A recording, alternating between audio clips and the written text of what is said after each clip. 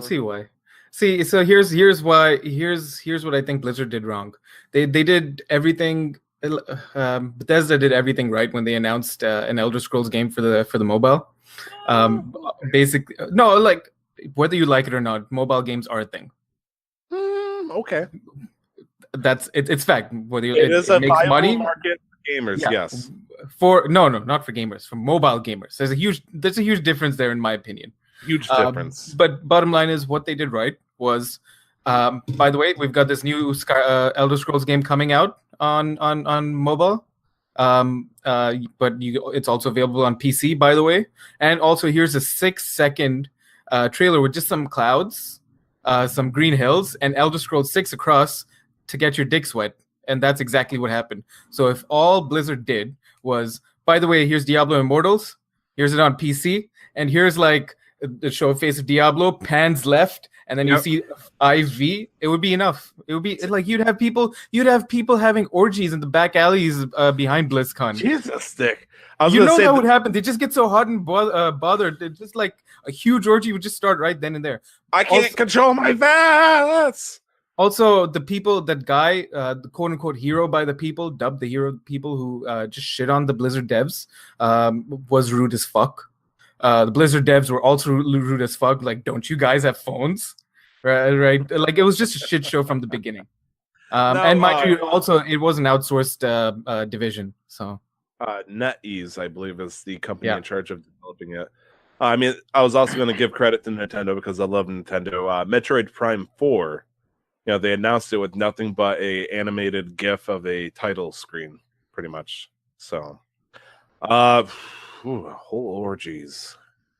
That's all people need. They just need to know that something's being worked on. Which I think I've made that point in regards to Generation 8. Like, I don't care about Let's Go Pikachu, Let's Go Eevee. I just want to know that something's being worked on. Or at least show me something. All you got to do is show me an outline of a Pokemon that's just a circle, and it's like a dark circle. I'd be happy. Be like, oh, that's a new Pokemon confirmed. Dude, what's like Generation 8's on its way? Let's go. You just like video game cock teases. Come on. Jeez. Are you happy? Is this what you wanted? Prepare for trouble.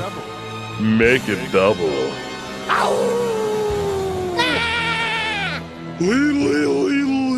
To protect the world from devastation. To unite all people within our nation.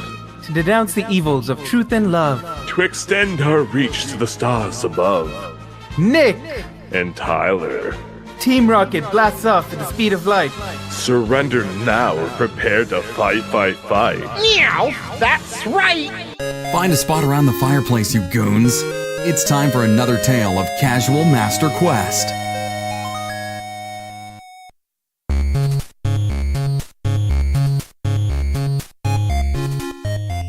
Aloha and welcome to episode 26 of Casual Master Quest. Did you steal my greeting? You just stole my greeting. I've been doing that for the last few shows now, Tyler. I don't know where you've been. Do you Apparently even listen to me? I can't believe it's you don't even listen to me anymore, Tyler. I'm sorry, maybe this is my fault. Have you ever had that happen where it's like you're pretty certain it didn't happen, but they're so certain they're like, did I do that? All the time. There was a time this week, it got cleared up, so everybody's happy. There was a point when somebody's like, hey, I think you hit my car with your truck. I'm like, there's no way I could have hit your car with my truck. That's not possible. And, it was like, I mean, I'm pretty certain. I was like, maybe? It's like, I started talking to myself. It's like, maybe I did teleport. I don't know. What kind of truck do you drive? I drive a 2018 Freightliner. Okay, you're talking about your truck. I'm talking about your own personal truck. I don't own a normal person truck. I was talking about me as a semi-truck driver. Okay, what car do you own? Okay, that's a more fair answer. I own a 2003 Chevy Malibu. A Chevy? What the fuck is a Malibu? Wait, do you not know? Have you heard of Chevrolet? I know what a Chevrolet is, Tyler. Don't patronize me. I just never. Oh, a Malibu. Okay, it looks like that. Malibu is like the predecessor to the Impala, which is probably one of the most. I know the Impala because we just generally go by different model names. I'm a Chevy 4-wheel car. No, okay. Let me be more specific. Like a model like the Malibu is known by something else back home. What is it called? A moose? No, Malababa? I mean back home, like the. All right. The motherland? Um, The father? Oh, I- did I just make a bad joke? I guess so. I don't remember what it's called, but I recognize this car. But Okay. it's just not called Malibu for us. All right. Okay. That's. I just thought you. Okay. Forgive me for being stereotypical, but to me, all I mean, Americans I said drive Malababa. Maybe I'm in the wrong here at this point. Is this Ford my fault? F-150s. That's all I ever see Americans driving. Oh, yes. I mean, I'm not against a Ford Or a F-150 Chevy Silverado. or a Chevy Silverado. They're Yeah. both very good trucks. And I know I offended probably both of parties since I didn't choose one or the other. Because God forbid, it's like I got to pick one and then, for the lack of a better way of saying this, terrible, slip my wrist for the other one. It's like, come on. No, they're both good. Relax. Besides, everybody knows that the Tacoma is the best by GMC. The GMC Tacoma. I was trying to remember what the third one was. Anyways, we have quite the episode for you guys today. We have an interview coming up later on with admins from the server the thing that happens on. Tyler, do you want to tell us where they're from? So there is Pixelmon. We've gone through this before. Pixelmon is the mod for Pokemon on Minecraft. One of the largest remaining servers for this is Pixelspark, which consists of 5 different servers into one big package. And we had the pleasure of interviewing the top admins of the Generation server of Pixelspark. And they were very kind, calm Australians who risked the sleep deprivation. I believe it was like 1 o'clock, midnight for one, and then 4 a.m. for the other. By the time we started, yeah. By the time we started. And meanwhile, we had to make sacrifices of our own. I had to wake up at 11 a.m. I had to wake up at 8:45 a.m. That's horrible. Now, on a Saturday? Oof. I mean, in my defense, I didn't get home from work until 7 a.m. Third shift. Oh, no, driver. you have a lot more reason I'm to be. defending myself. I'll throw you under the bus. I had the choice to go to sleep early, so at 11:30 at night, I was done with everything I had to do yesterday. And then you just started Black Eyed Peas. I got a feeling to start partying. I got a feeling, and I was up till 3 in the morning. Anyways, how's your week been, Tyler? Fantastic. Yeah. There's a lot of things that happened this week. Yeah. I mentioned last week that I wanted to go see a movie for the 6th-year anniversary with my wife. Went to see Bohemian Rhapsody. I think it's just called Bohemian. I could be mistaken on that. I believe it's just called Bohemian. Like, the song itself is called Bohemian Rhapsody, but I think the movie itself is just Bohemian. No, the movie is Bohemian Rhapsody as well. Okay, good. That would make sense. And it's like, so I've heard a lot of criticism about this movie, saying, "Hey, they did the history with the music out of order. They dramatized some stuff," and it's like, it's a fucking movie. First off, there's a weird situation with this particular movie. I love Queen with a passion. I love their music specifically. I have my best friend Nick, other Nick, not me, alter ego Shadow Nick. Really loves Freddie Mercury. He's in a similar boat. We're big fans of Queen, the history and stuff. And to have a live dramatization of a movie that was before us even being born at this point was fantastic. And I loved it. Right. And I got emotional. Like, I was getting ready to tear up. I haven't teared up for a movie since Toy Story 3. And I don't know when Toy Story 3 came out. Please tell me it was sometime in the past 5 years. Otherwise, I'm going to get upset with myself. But the point is, I would say, without a doubt, this was the best movie I've seen in the past 5 years. And, oh, shit, Nick gave me a look. Toy Story 3 came out 2010. Shit. So, I haven't felt this emotional about a movie in, I guess, 8 years. Great. And so, if you haven't made the jump to see Bohemian Rhapsody, even if you don't care for Queen, but you know who Queen is, and you'd love to have an interest on that, this is one of those fantastic type of movies. They are fairly accurate. I think they're almost very accurate. They might add a couple of spins here and there just to add some flavor to it. It's a movie. Like, they did say, like, it is a biopic. It is like an autobiography, not an autobiography, but a biographic film about Freddie Mercury and Queen. But it is also a movie, right? I also would like to say something interesting. I don't know if it was the rest of the Queen team, or whatever you want to call it, who's left there. some group, I believe, affiliated with Queen, if not the rest of the Queen band themselves, were like, hey, let's because it stops at a certain point where pretty much like Freddie Mercury, one of his last performances before he passed away, and then it stops it right there. Good note, very nice note. Everybody's smiling, everybody's happy. We did it. We are the champions playing, and behind the scenes, people, the Queen team is like, we actually did a lot more after that. We actually had a lot of fun.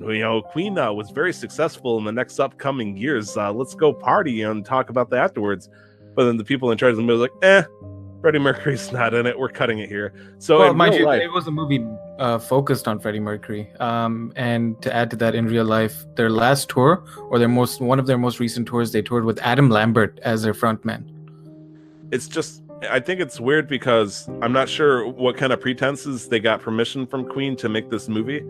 But I think they might have tried to focus it more on the Queen thing in the talks, but then it started turning very heavily and quickly towards Freddie Mercury as soon as they started actually getting stuff going on. So that was interesting. I learned a couple of things, and there was a character in the movie, and if you ever saw this movie, you'll understand who I'm talking about. That is just horrible, like as a person. It just like the way that he acted, the way he did it, it was so toxic to me that I hated this character, which meant that the actor did a fantastic job making me get invested. Like, oh man, I would slap the shit out of this guy for the things he got away with. And that's pretty much it for the movie. I did blow the fuck out of a deer this week. I lost part of the quarter fender on the truck, so no actual loss on my end. I just had the spend 3.5 hours doing a drug test and peeing in the cup and all that stuff. Right. But the deer did get the worst end out of that. I believe my joke was I hit that deer so hard that it ended up in different zip codes. So, yikes. Yeah, it was bloody. I'm glad you're okay though. That's not I'm sure you have a bigger vehicle, and like in comparison to my little 2-door hatchback, it would have been a different scenario. Absolutely. But still hitting anything that late at night, it can still be a little scary. It happened around 3:30, 4 o'clock in the morning. So it was at that prime time where you're not tired, but as a third shifter, but you're starting to work your way towards it. I've hit 2 deer in a truck, and then 1 deer in a car. The experience between those is monumental. Oh, I would imagine. With the truck, you hear, boom, boom, and then you go, "Fuck! I'm gonna have to write a report about that one." Yep. When I hit the deer with the car, it hit it so hard that it broke my tire rod, lost control out of my vehicle, and I started being forced veering right at 65 something miles an hour into a guardrail. A little bit different. Just a tiny bit. Totaled the car, scared the shit out of me, and thankfully I was so not coked up but souped up on caffeine that I was both terrified and so excited that I survived that I immediately jumped out of the car and started doing jumping jacks and saying, "Holy shit, let's do that again." And it was an amazing experience. I mean, did you make it so in terms of when you hit the deer with your car, was the deer okay? Did you just get up and just prance along? That's what pissed me off. The fucking deer just got us like, "Oh, I hate you, whatever, dude." See ya. It blew the fuck out of the left side of my, it took out my fucking light, bent in the, my tire, broke the fucking tire rod. Now, granted, the tire rod is probably rusty as all hell. It didn't take much. I could have spit on it, it just broke.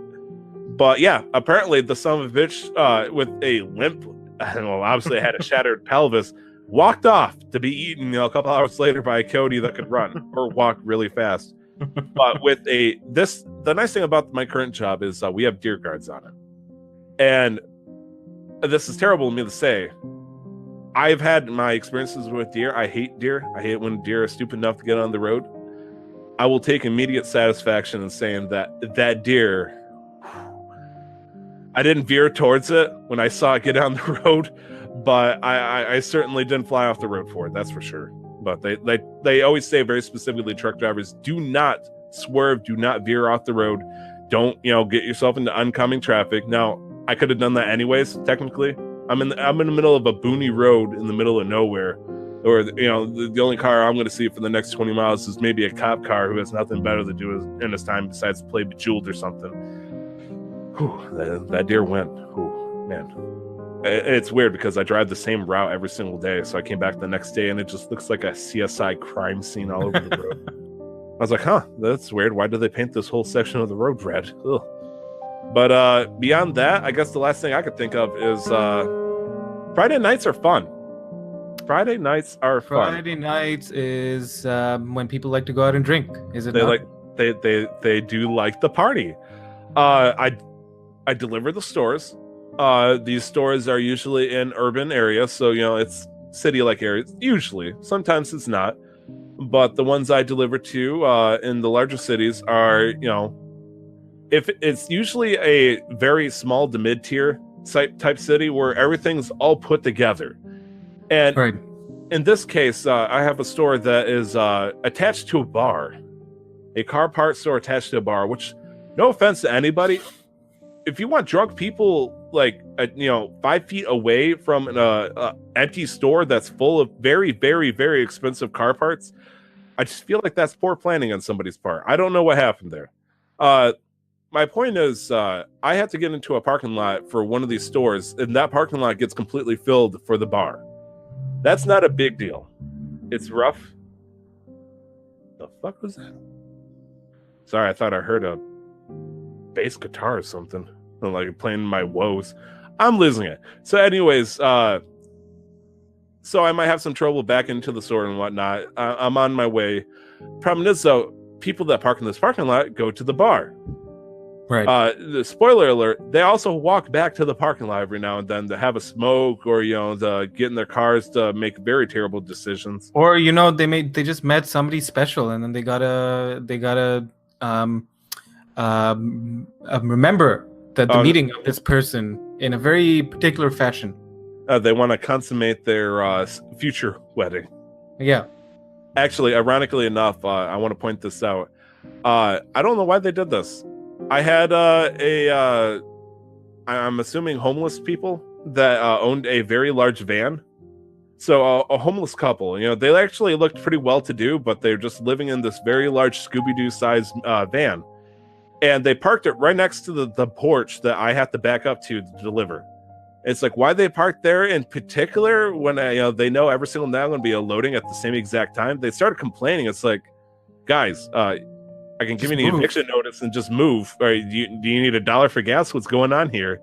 It's like rent's not higher on the other side of the parking lot. But the reason why I'm getting to the story is, and Nick knows where I'm going at.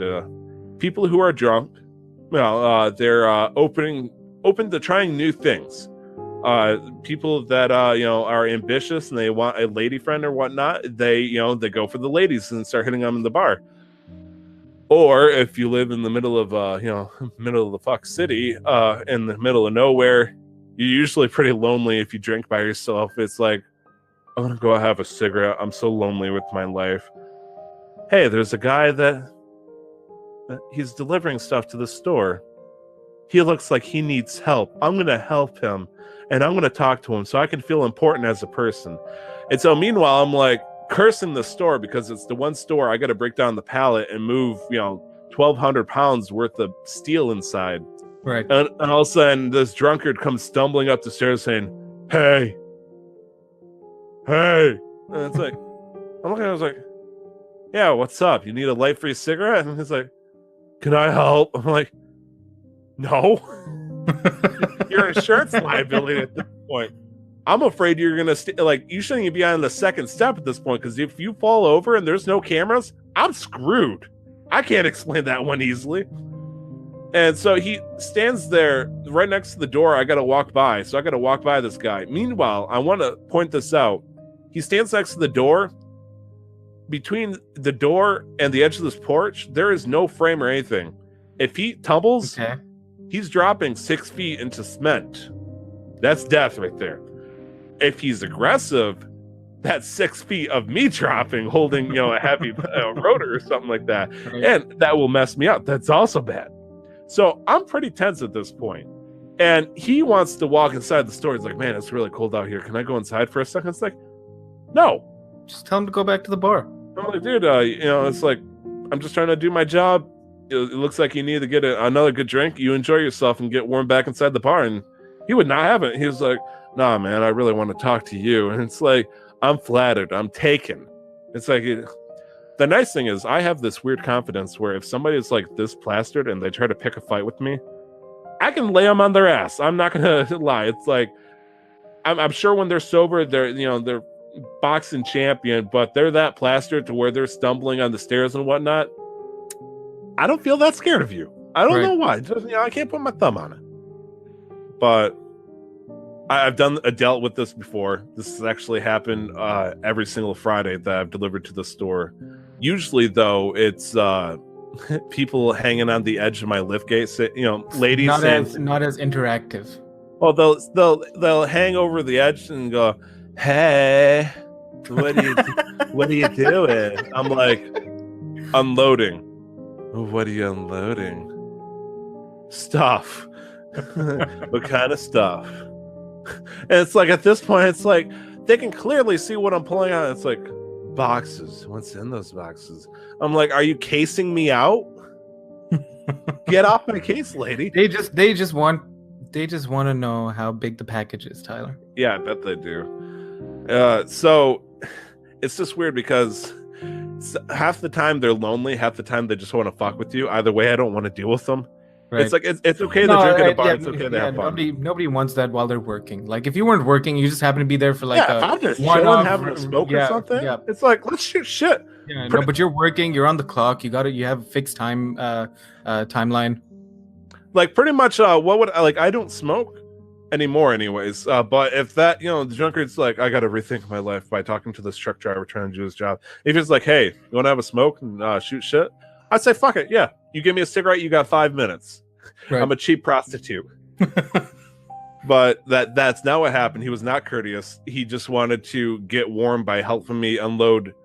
Like, this guy can barely carry himself, let alone, 120 pounds worth of batteries in his arms. But that's pretty much it on my end. What's going on your end, man? So there's anybody who's been following the story of a shitty class that I'm in. We find recently, so now we are in week 10 or week 11. We have 13 weeks of study officially, and then before we go into like our finals and stuff. So it started off in September. We are in week 10, week 11, and we find out this past week that the software that our professor has been pushing, he's never actually opened it. He's never opened the damn software once. So it's a software that is Mac OS exclusive, so you can only use it on Mac computers. It is available. So we have 3 different campuses. The campus that I go to, we have at least I want to say 120 some computers at the very least. A good chunk of them are Apple computers for students to use. We have this software exclusive to one lab that has about 20 of these Apple computers. By lab, I mean it's just like it's not like a chemistry lab or a science lab. It's just like a place, a little classroom, like a computer lab. That's the fucking word. Like a little computer lab. You're looking at me with like a clear look in your eyes, like, please help me, say something, you mother. A little computer lab, and the software is there on these computers, but only on every alternate computer. And now, since our professor has never opened the software, he didn't know that it requires another software to use, and it is useless without that software. And so that software is also Mac exclusive and is not available on any of the lab computers. And we had shit due this past week and for the next coming weeks that depends that he wants us to use only with this software. And I just don't understand what I'm paying $2,400 for per course. I had an interesting moment, and this will humor you. I noticed this also with college. 2 things I didn't like when it came to something similar to this. First one was math books that had one-time use codes. Yeah. So in order to access my math book officially, it was basically a small folder with a code on it. And so it's like their way of making sure that I didn't try to sell the book back or some other bullshit. Yeah. Because God forbid I couldn't print screen and then copy and paste and make my own PDF and pass it on to the. The second thing, and this is what really bugged me, but it technically makes sense. I was with a professor who was an expert in his field. Like, he knew his shit. And so well that he was a published author of a good book that, talked about exactly what he was a professor of. Right. That he fucking required every single student to buy. Right. So not only was he making money as a professor, he was making money off of royalties by forcing every student that listened to him to buy his fucking book. And it's like, okay, sure, that's how we're going to play this. So generally what happens there, and I'm assuming the book, the price for the book was a little bit absurdly high. It's probably like $25-$30 versus so then on that end, that's not too bad, because that means he was published through an independent publisher. Usually what happens versus the university publishing their own stuff. And so because they're the publishers, they're the only suppliers, and so they can jack up the prices as much as they want. And this is not uncommon, because a lot of universities are research based, like my university, and so they'll hire people to do work for them, to innovate or whatever, and it's just stipulated in their contract, oh, by the way, you also have to teach this class that we don't really care that whether you do a good job or not. That's fucked up. No, it is, but it's all about money. That's what everything's about, which I can understand to a certain extent. Like, that's the way the world is, but at least give us the fucking quality. If we're paying that much. Felt like when it came to university, the two things financially that wanted to screw me over was books. Now, a small scale, but still a pretty big scale in terms of the amount that you would think you'd have to spend spend on versus how much you actually have to cough up versus what you're actually going to get back when you sell it to the store. Yeah. The other thing would be if you tried to live on campus, because they will ream you like crazy. Like, oh yeah, you get the social life and stuff, but then you kind of have to sell your liver, maybe sell a kidney, and you maybe have to whore yourself out for a little bit to be able to afford to eat for this week. I think I spent more on the dorms than I actually did for the classes. I wish I was kidding. I think I'm being serious. I don't like. I believe you, because the dorms here as well. So it's only the tuition fee. There's a difference between domestic and international students. That's not particularly the case in the States most of the time, or there's at least not a big difference. It might be a difference of maybe I'm bleached white, man. I wouldn't know. Okay. No, so for like just like regular, let's say Arizona State U. Right, that's the first example that came to mind because I have a friend there. How much an American citizen would pay compared to an international student would pay, there's only about a few $1,000s difference every year on tuition alone. Whereas whose favor? In the favor of the domestic students. Really? Yeah.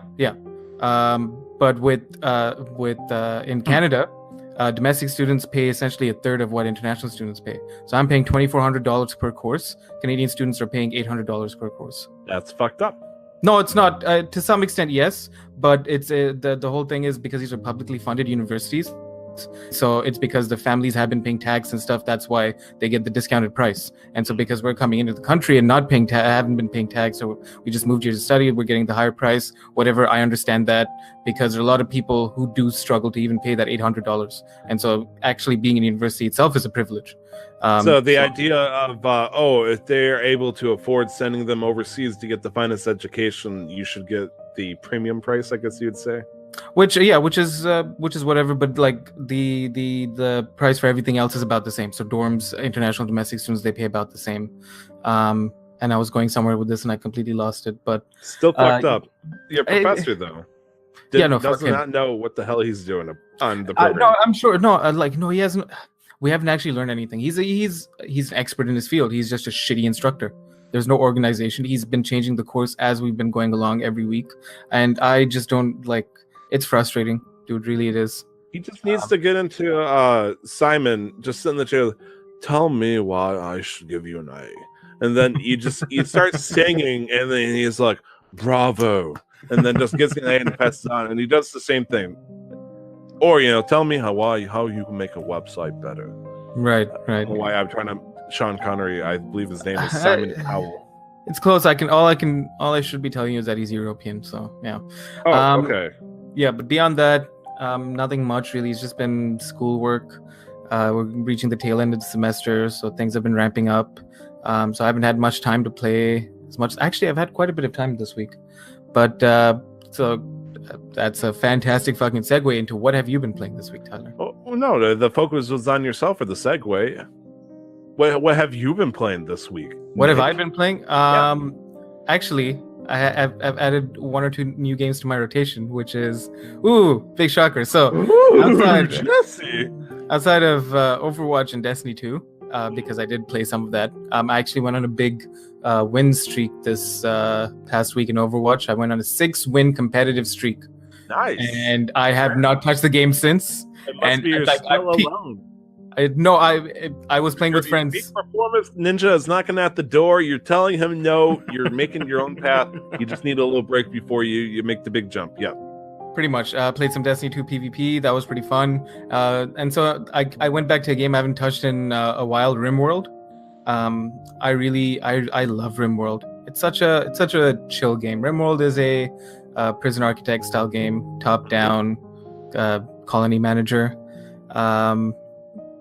I think I played it on stream, and I was trying to get there's some people in chat and just trying to get them involved in naming some of the people, my colonists, and just taking some of their some of their suggestions for what I should be doing with my colony moving forward. And it was just a fun stream, but I don't think I can stream that game because it's one of those games where I just enjoy playing it on my own, right? And not just constantly talking through it.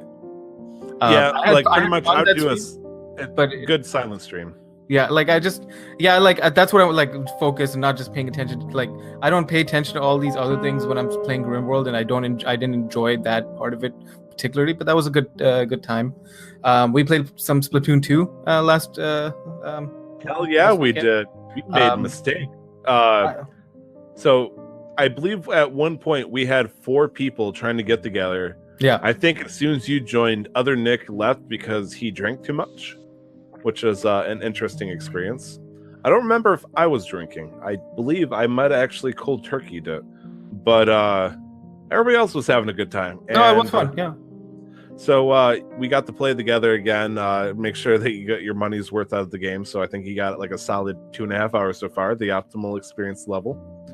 And my other best friend Brandon joined us, and we had a good time. We had a good time, along with Eric Plunk, who I think was around for a little while. Eric Plunk is now the silent champion. Yeah, he is. He is like the Black Knight of Splatoon. Whenever we play Saturday night, he will just silently to be there. He'll shift in, and he's like, "I'm Eric Plunk, and I'm about to splat your ass." And it's like, "Oh, hi, Eric." It's like he doesn't say anything. I mean, I'll spam on Twitter like, "Eric." He's like, "Hey, what's up?" Trying to be all cool, and I'm like, "Eric, you're so cool." Shout out to Eric Plunk. He's a very good player. On Twitter at Eric Plunk. Like, I've never talked to him in life at all, besides the moments we randomly started playing together. But coincidence or no, we were friends on Switch. He started joining us. We started joining him, and every time we have fun with him. Yeah. And also, I learned some very solid roller murder strats, especially when you're dueling against other rollers. And I've been put out the pasture quite a few times. So it seems like I've started to rub off on Tyler by making him what I like to call sweaty. Splatty, thank you. Or if you want to go full Splatoon 2, I like to get extra fresh. Extra fresh, dude. Yeah, super fresh. I've also been playing Gwent. Now Gwent is the card game for Witcher, is that correct? Yes, it was a mini game in The Witcher 3, and they made it a full game due to heavy fan demand. Nice. And I played it either the start of the year or late last year, the last time I played it. And it's gone through so many changes because now it's officially out. I believe it's an alpha now. Yeah. Okay. It's officially out. I assume it's good. There's a paid single player story mode. I haven't gone to that yet. I've just been trying to just learn again because they made a lot of changes. It used to be that you'd have melee, ranged, and siege units, and so you'd have 3 rows to place them in, and you'd go best 2 out of 3. Whoever has the most points at the end of each round wins that round, and then you play best 2 out of 3 rounds. And you have limited cards, limited number of cards in your hand, so it can sometimes be strategic to give up control during one round, right? Concede victory and stuff like that. Without getting too much into detail, they changed it to like 2 rows now, and there's a bunch of other things. It's become very similar to in some quick play spell cards and trap cards, which I do enjoy. And so I've just been getting the hang of it again, and yeah, that's been me for the week. That's awesome, man. That's I too. We talk about Splatoon 2. I played a little Splatoon 2 with you guys. Yeah, I get really super like I'll be like, "Hi, I'm gonna try a new weapon," and there's times where it's like, "I made a mistake playing this weapon. Let's go back to the dual slatties. That way I can roll to the side." But then I discovered a cool new weapon that it was vicious, man. Do you remember that weapon?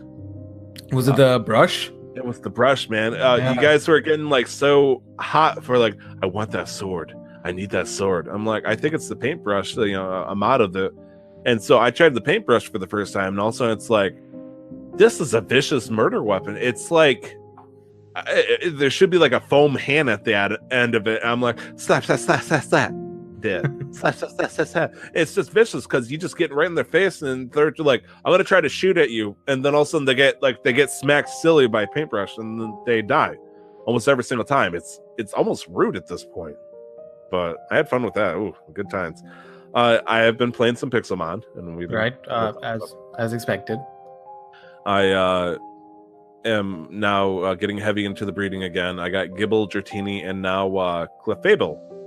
I'm gonna be breeding Clefables because back in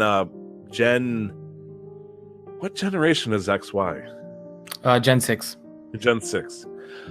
Gen 6 for the overuse category, one of the highest ranked Pokemon is Clefable. Because of special defense? I mean, there's plenty of reasons I'd like to think. It's when fairy types were introduced and Clefable became part fairy. Yes. And I think, it had good typing. It can tank the hits while, like, basically it could spam, I think, Heal Bell or something like that. Heal itself to, ridiculous amounts of health. And I think it was like Heal Bell, Calm Mind, just turn it into a sweeper. It could just tank hits, heal up, become a heavy sweeper, vicious. Now it stinks because in my head, it's like I always told myself every Clefable should have a metronome attack on it. Just like last ditch effort, everything is on the table. I hit this button, let's see what happens. And apparently that's not in the meta. Apparently luck is not in the meta. That's kind of upsetting. But the game I've probably been spending the most this week, and it's a new game technically. Nick, have you heard of a game called Doki Doki Literature Club? All right, listen. I'm like I want to say a proud semi-weeb. And so when I heard of a free game that was a visual novel and that was like, oh, you should totally play this because there's something awesome about it, I'm like, yeah, all right, I'll give it a go. And then I downloaded Doki Doki Literature Club, and I will say I stuck with it all the way through, played it all the way to the end. But that is a fucking game, dude. That is a game. It is a game. So, full alert right now, spoilers. I'm not going to go into deep detail because I'm not going to be talking about Doki Doki Literature Club. No? I am going to be talking about Doki Doki Literature Club Purist Mod. Now, for those who don't know, Doki Doki Literature Club is essentially a romance visual novel created by Dan Salvato and the Salvato team, who wanted to make a parody, so to speak. He pretty much wanted to show that the game was pretty much a big trope, and you shouldn't be jerking off the 2D cartoon girls, romance by saying, this must be true love. Let's mess his mind up. And so they do that, and it just turns into this horrorscape of a visual novel gone wrong. And it ends simply with an attempt to try to break the fourth wall in so many different levels, with a character named Monica saying, hey, I recognize him in the game. I want to be with you. I was not a choosable character, so I might have helped murder all the other characters off so you can be just with me. Just Monica. And it's like, oh boy, great. There's some meta in here, some weird tropes. And then it ended. Now, for those who are fresh to this game, and you guys know who you are, you might have like, oh man, Sayori, the first character you can romance in the game. She's cute. She's your local childhood friend. Let's make things right. And all of a sudden, things start to go horribly wrong. It produces a very tragic problem with this Sayori. She has crippling depression. But then it's like visual novel stick is like, I'm going to be the hero. I'm going to fix all your problems. Let's be boyfriend and girlfriend. We're going to fix everything. It's like, okay, it's kind of corny. This is me back in the day when I played it. And then boom, next time you see her, you see probably one of the most tragic video game images that has turned into a vicious meme to this day of being like highly offensive of Sayori, who had hung herself via a noose. It destroyed me for a good like this. It went from 0 to 100 really quick. Yeah, like it went from it was playing the song. It was like da da da da da da da da da da. It just like one of those carnival themes that are just like it's on like a wind up box, and also it starts slowing down. It's like you realize that there was no happy ending in the beginning. There's no way to be happy out of this game. It was meant to make you miserable and realize that this sucks. The Purist Mod, which is what I meant to talk about here, is interesting. Purist Mod, it's like, what happens if after you beat the game, you get your miserable endings with everybody. You end up deleting Monica, presumably, for canonically finishing the game. What happens? What happens if we can go back and we'll put in the Purist Mod and make things right? And so the Purist Mod is interesting because the goal is to, what happened with the original game as the player. Shit went downhill bad, but this gives you the ability to retry and then gives you the chance to change history, so to speak. And so I've completed the Sayori route. And also, I want to point out the game itself is about 300-400 megabytes. The mod itself adds an extra 700 to it. Like this game was normally like 4.5 hours, and it went up to like 11-13 hours. It jumped huge. And so it went from like I want to try to use the power of weeaboo anime visual novel tropes to solve the problems. Whoops, there goes gravity. Or back to reality. Whoops, there goes gravity. She's hanging by her neck. Oh God, the depravity. And I know, right? I just made that out. Please stop me. It changes that. Instead of you just like getting traumatized, it's like, no, you're now trying to spend time. You don't just instantly say, hey, be my girlfriend, we'll fix everything together magically. No, you're now talking in a game trying to help somebody battle a lifelong crippling depression and the root of it and whatnot. And you discover, both mental health and all that stuff with yourself and her. And it's a decent story. It turns into something like a real visual novel would. And of course, it's like eventually it devolves into like, let you be my girlfriend, I'll make you happy forever. Like it kind of went back into the trope that Dan Savella was trying to like combat essentially. But then they tried doing it right. And I mentioned this on a tweet before, pretty much the good, the bad, the ugly. It got bad because it was like, the power of my love and your love is so strong that we can do this together and all this stuff. And it's turned into like Sailor Moon level shit. And I'm like, okay, whatever. And then there was just flat out moments where the only other time it was good writing was when, they're talking about how she has to handle and see her depression. Talking about, it's like, every time I want a sunny day, it just feels like there's rain clouds in the way. Right. And sometimes, I want to look for a sun ray sometimes. And he'll be like, I'll be the rainbow at the end of it. Like, it turned into 50 Shades of Grey kind of weird shit. And the most glorious thing about this whole route is she gets a new set of clothes at the very end. And she looks fantastic. And I sent to you the picture, like, she evolved. This is her mega evolved form. She looks great. Like, she looks happy. She's herself. I got to see that for like 3 to 5 minutes, and then the game is over. And then you have Monica at the end shitting on you. And yes, at the end, it goes back into the space room where you see Monica at the end of the normal game, because she appears in the beginning saying, hey, the fuck you doing? and it deletes his game again. You just deleted me already. Just get rid of this. And then in the beginning, she tries to delete it. She's like, you took mod powers away from me, you filthy sack of shit. And it's like, why would you do this? Why would you bring me back to the cell? And it's like, I'm going to make things right.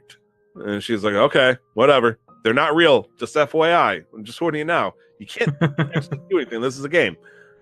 And so you save Sayori. And then, back to the space room, you see Monica is just like,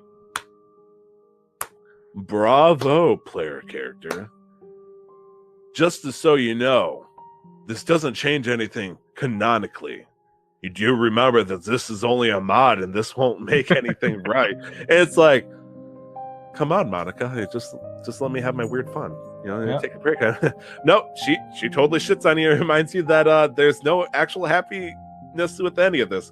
So I'm one out of the 4 paths. I got 3 more to go. I started Yuri next, and I'm not a big fan of Yuri, but I figured play it through and see what happens. Yuri's the taller with the purple hair, the dark hair. Yes, Stabby McStabster. Yep.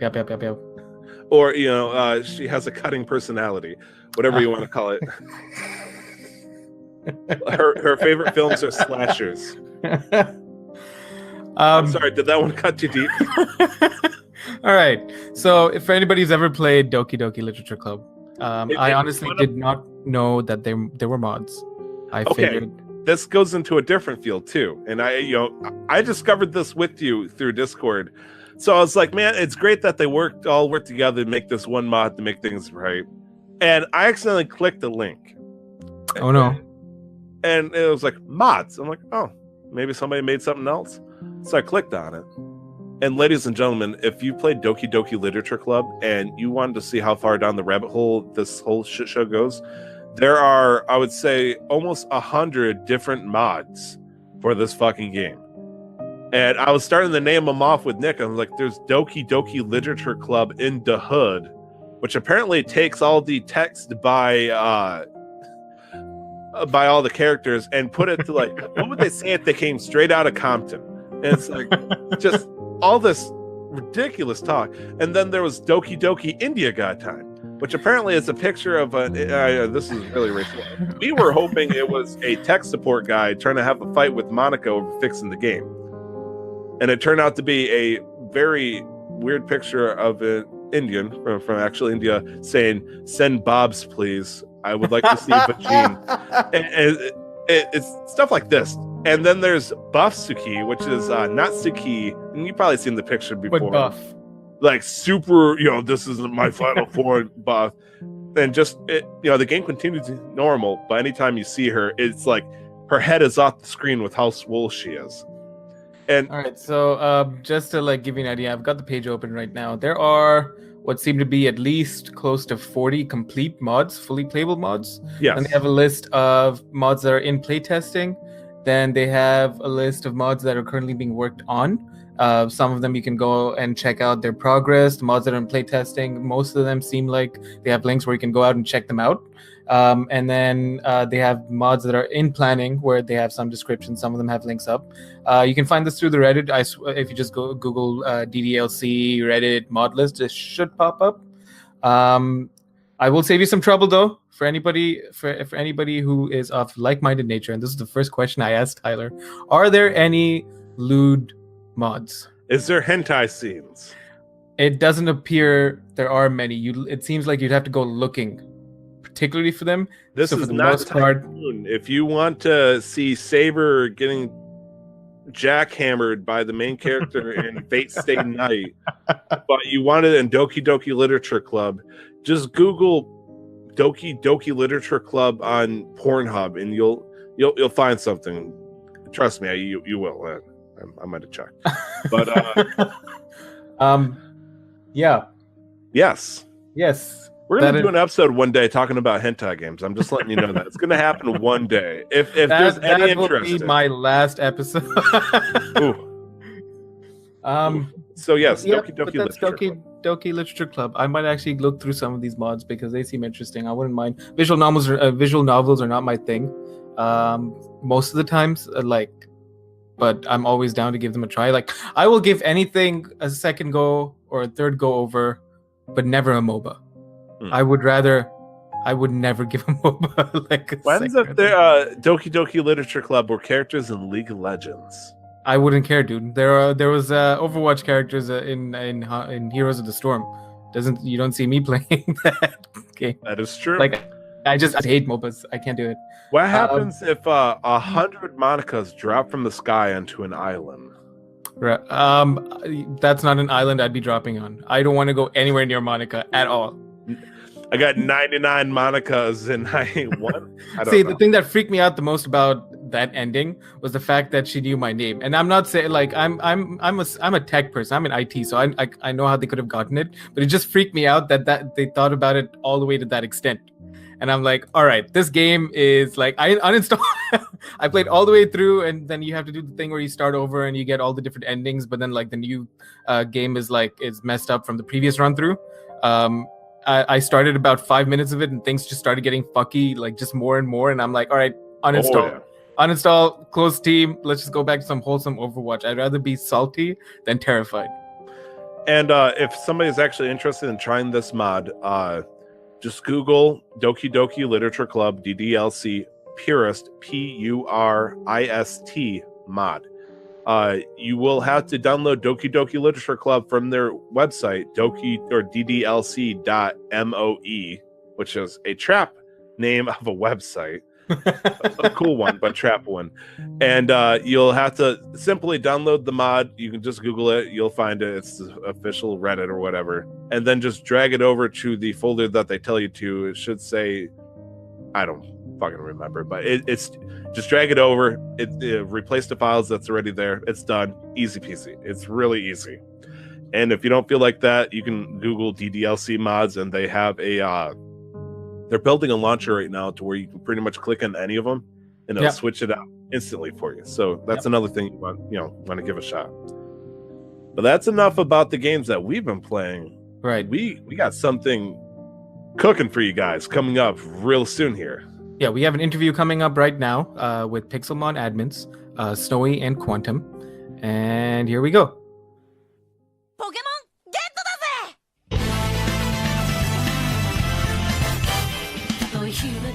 All right, and we are here with a couple of important people for the interview here. Nick, I would like to be honored to introduce you to two of the most important people of the Pixelspark Generation server. I have over in the corner over here, I have Snow. Snow, how's it going, buddy? Pretty good, honestly. Thank you for asking. And of course, in the other corner, I have Chris, aka Quantum. Quantum, how's it going on your end, buddy? Not too bad, thank you. Now, just clarify if I understand this correctly. Quantum is the head admin of the Generation server, as well as Snow being a freshly newly added admin, but a longtime staff and as the community manager. Is that correct? That is correct. Awesome. Also, congratulations on your new admin status. Hopefully the big bucks will come flowing in and you can quit life and just live the joys of Pixelspark. If only it was that easy. Yeah, if only it was that easy. Don't worry, I understand what it's like.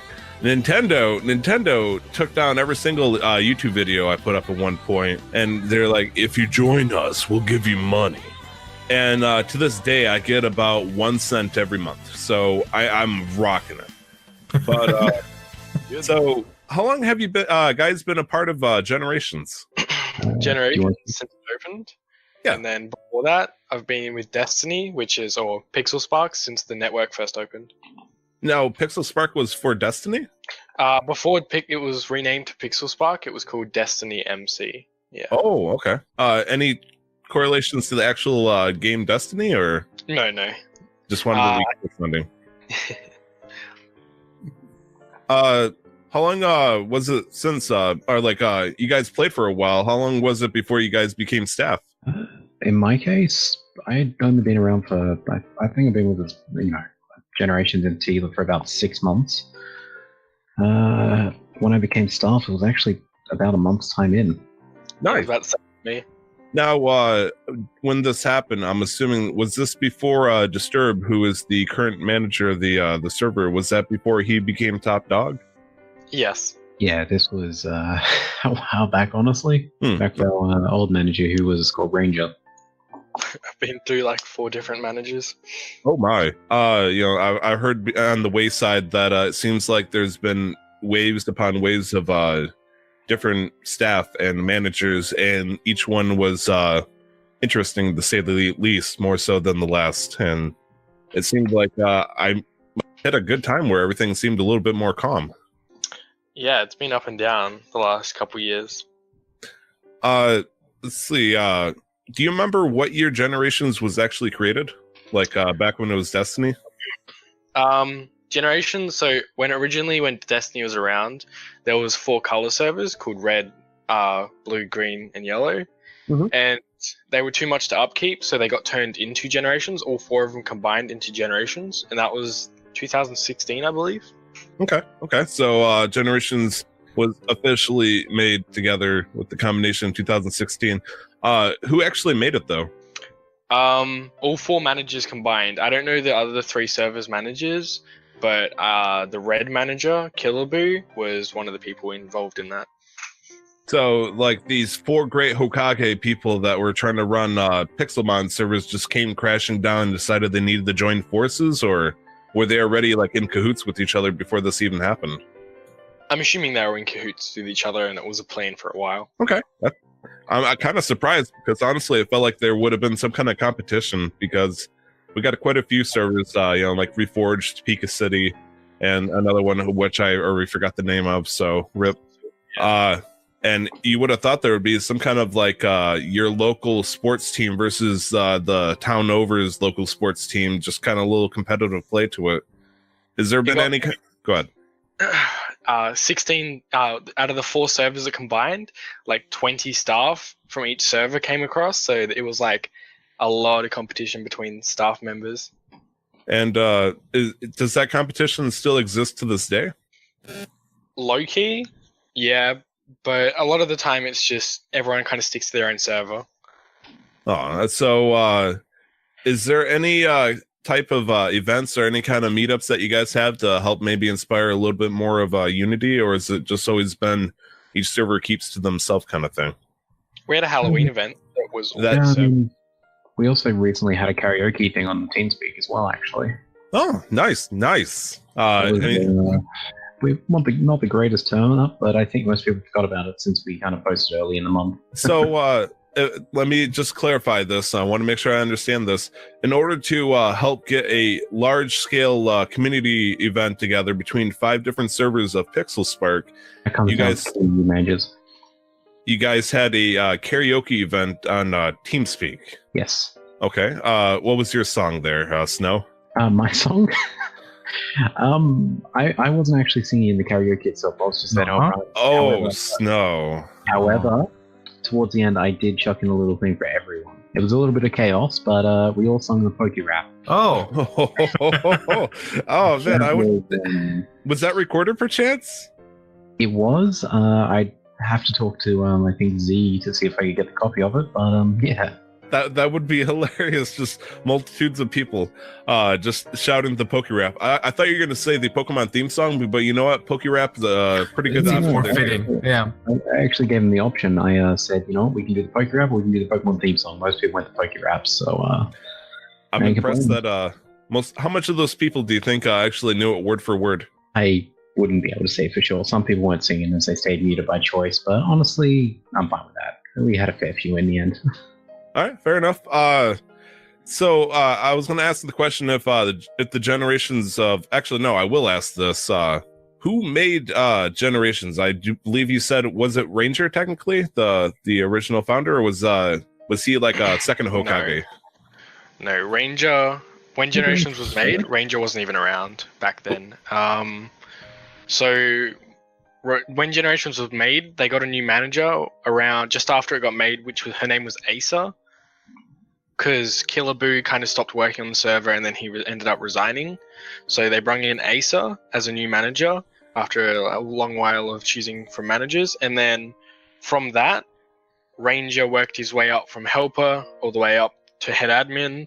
And then after Asa left, he got his way into and became manager. Nice. do you ever have the ambition of becoming a manager one day? I'm not too sure.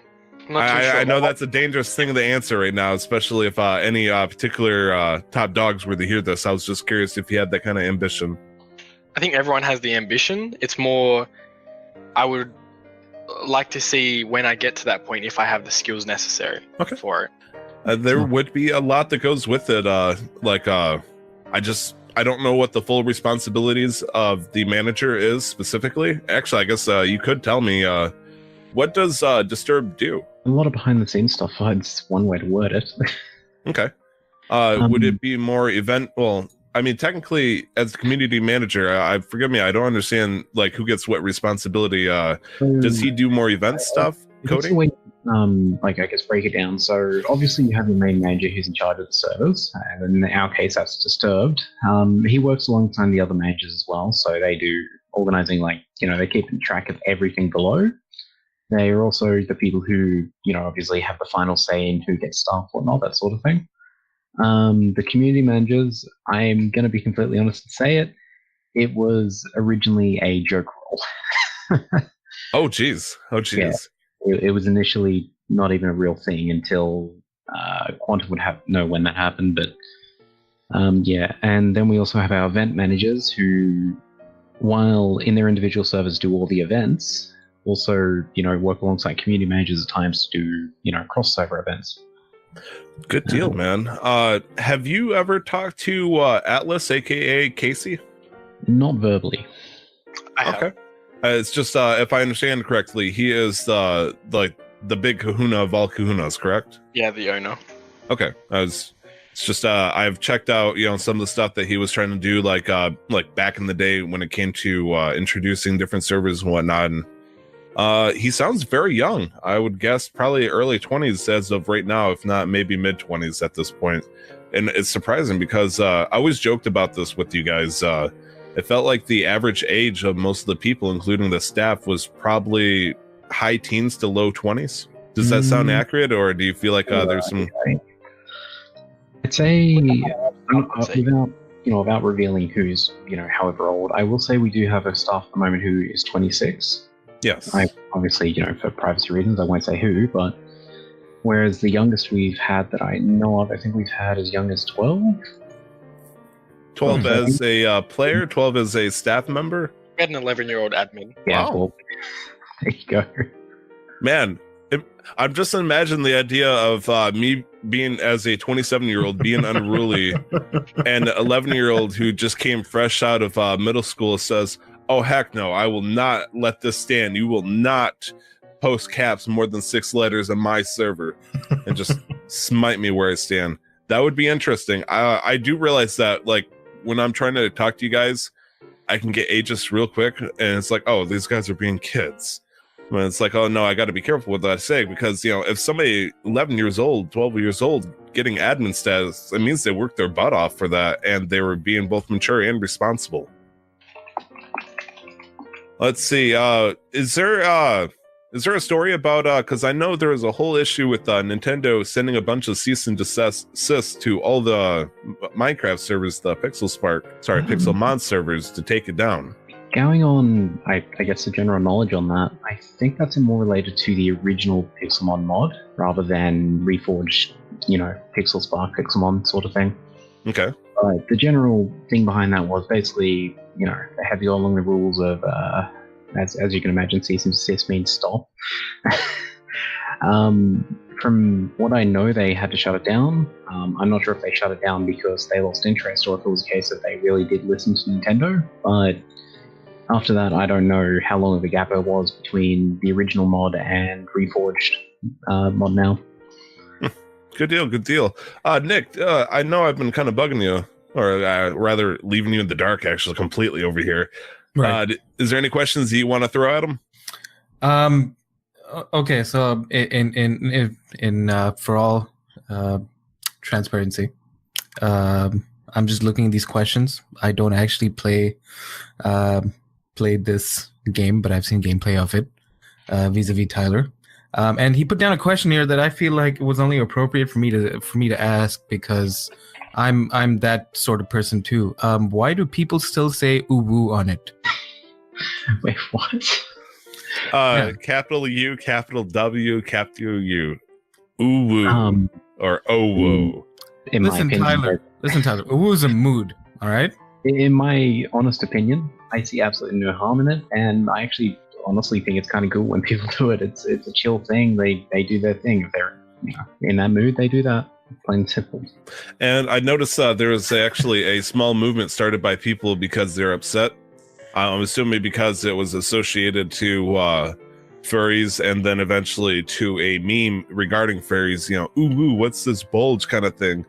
And they wanted to get it flat out banned at one point, and it looked like that chilled down. All right, Tyler. This is 2018. You can't judge people anymore. All right. It's just a thing. You can, but you shouldn't. They're not hurting anybody. I didn't say I started the movement. I was just saying a lot of people really like to start posting it. People got upset. I'll do like lowercase o number 3 lowercase o, so I look like a gulpin kind of thing. Yeah, but that's old man stuff, dude. Wait, are you calling me old? Possibly. You calling me old, Nick? I'll Possibly. fight you. Yeah, I might break a bone walking towards you. Yeah. Oh, jeez. Okay. Any other questions on your end? No, I'm completely useless when it comes to this. Oh, but it's been interesting. It's been interesting. I can only imagine the kind of effort it takes to manage a server of this size. To be honest, I'm stressed as all hell a lot of the time. I would imagine so, because it's a lot of people, a lot of paid and unpaid positions, and especially for a fan-made game for the most part. Yeah. So I've just been enjoying the conversation. So specifically, just bring in nationality, since we're gonna drag all the cats into this place and let them fight each other. Quantum, Snow, you are both from Australia, correct? That is correct. Yep. Hence the nightmare time zone scenario, and how one of us is suffering sleep deprivation. Actually, I believe multitudes of us are suffering from poor sleeping schedules here. Do you know where the server for Pixelspark in general is located? America. Is it in America? America. Pretty sure it's an American server. Yeah. I'm surprised, honestly, just because, man, I was getting ready to go into my Bane voice. I'm very surprised that it's based in America, because I feel like that's where all the lawyers could come swooping in like bandits. Like, you'd think he'd have it moved out to like a Australian-based site or something. Here's the interesting fact, and this is about Nintendo in particular. So, you know how Nintendo is very protective over their characters, their content and whatnot? No, yes. In fact, that's only Nintendo in Japan. In America, Nintendo America, they actually, in a way, sort of don't mind all the fan-based stuff, because in a way it's actually supporting the original games. Like a lot of people who make them, they're not doing it for their own profit usually. They're doing it because, they love a game so much that they want to, add their own things to it, but they don't have a way to. I guess. Yeah. I didn't really know that. Yeah. Has Disturbed or Atlas been recently contacted by Nintendo in any shape, form that you're aware of? I guess I should say.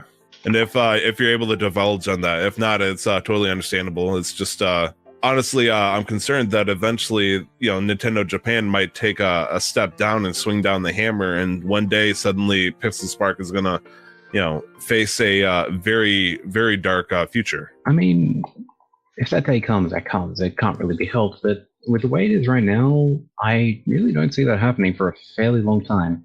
Sweet, because I have a feeling this would turn into like Digimon or something eventually if it came that bad. Then we have the digital monsters. Yes, Digimon are the champion. I'm 100% more of a Digimon person than a Pokemon person. All right, you're about to lose your job. Who, 100%. me or him? Okay, I was gonna say he can kick me off as the okay. How does Disturb usually communicate with the staff about changes, improvement, etc.? You want to answer this one, Quantum? Generally, we have a meeting, or I think they're bi-weekly. We haven't had one in a little while just because there's been a lot of stressful stuff going on. We had a Halloween event which went through a lot of troubles and tribulations. We had our gyms released recently, but generally we have a meeting if things are necessary to talk about. If not, everything goes through me. Like Disturbed will tell me stuff, and I'll just relay it to the rest of the staff team. Okay. Does most of the stuff that gets decided for the server mostly get decided by him, or does it actually get controlled by the owner, Atlas? It's mostly the managers, yeah, and of course Atlas just kind of owns the network, I guess. He's the one that made it. So you understand how we have our own Discord technically? Yes. And there's obviously the main Discord, which is for all the servers. Okay. That was actually, I believe, Atlas's decision to combine all the servers into one. Now, I'm not afraid to say a few of us don't agree with it, but that's probably the reason why we've stuck with using our own Discord for the most part. So like we use both, obviously. Like we answer on both. Just to confirm, then, the Discord channel, for example, the one that I've been sitting and talking in, that one is the Discord that covers all servers? The one you've been in with us a couple of times is actually the Generations Discord. Okay, I wasn't sure if you meant that one or if you meant something different.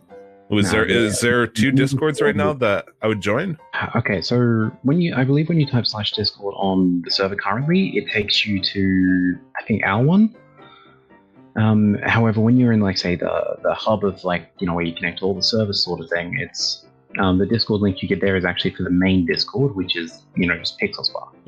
Like, for example, when you're on there, they have a bot set up, so you go to role request, you click like one of the reacts, and it assigns you a role that allows you to see the appropriate server stuff. And how system, but how is that compared to the Generations Discord? A lot quieter. I was going to say, honestly, I was worried that was going to be like world chat over, your Stormwind City and World of Warcraft or something, where it's just trade chats just spewing with a bunch of nonsense and whatnot that's constantly being moderated by people. But I guess it's the other option would be it's dead. It's kind of actually sad. And more I think about that, geez. How much money do you think the server receives through donations, like in a monthly time period? Does it fluctuate any, or? It really depends.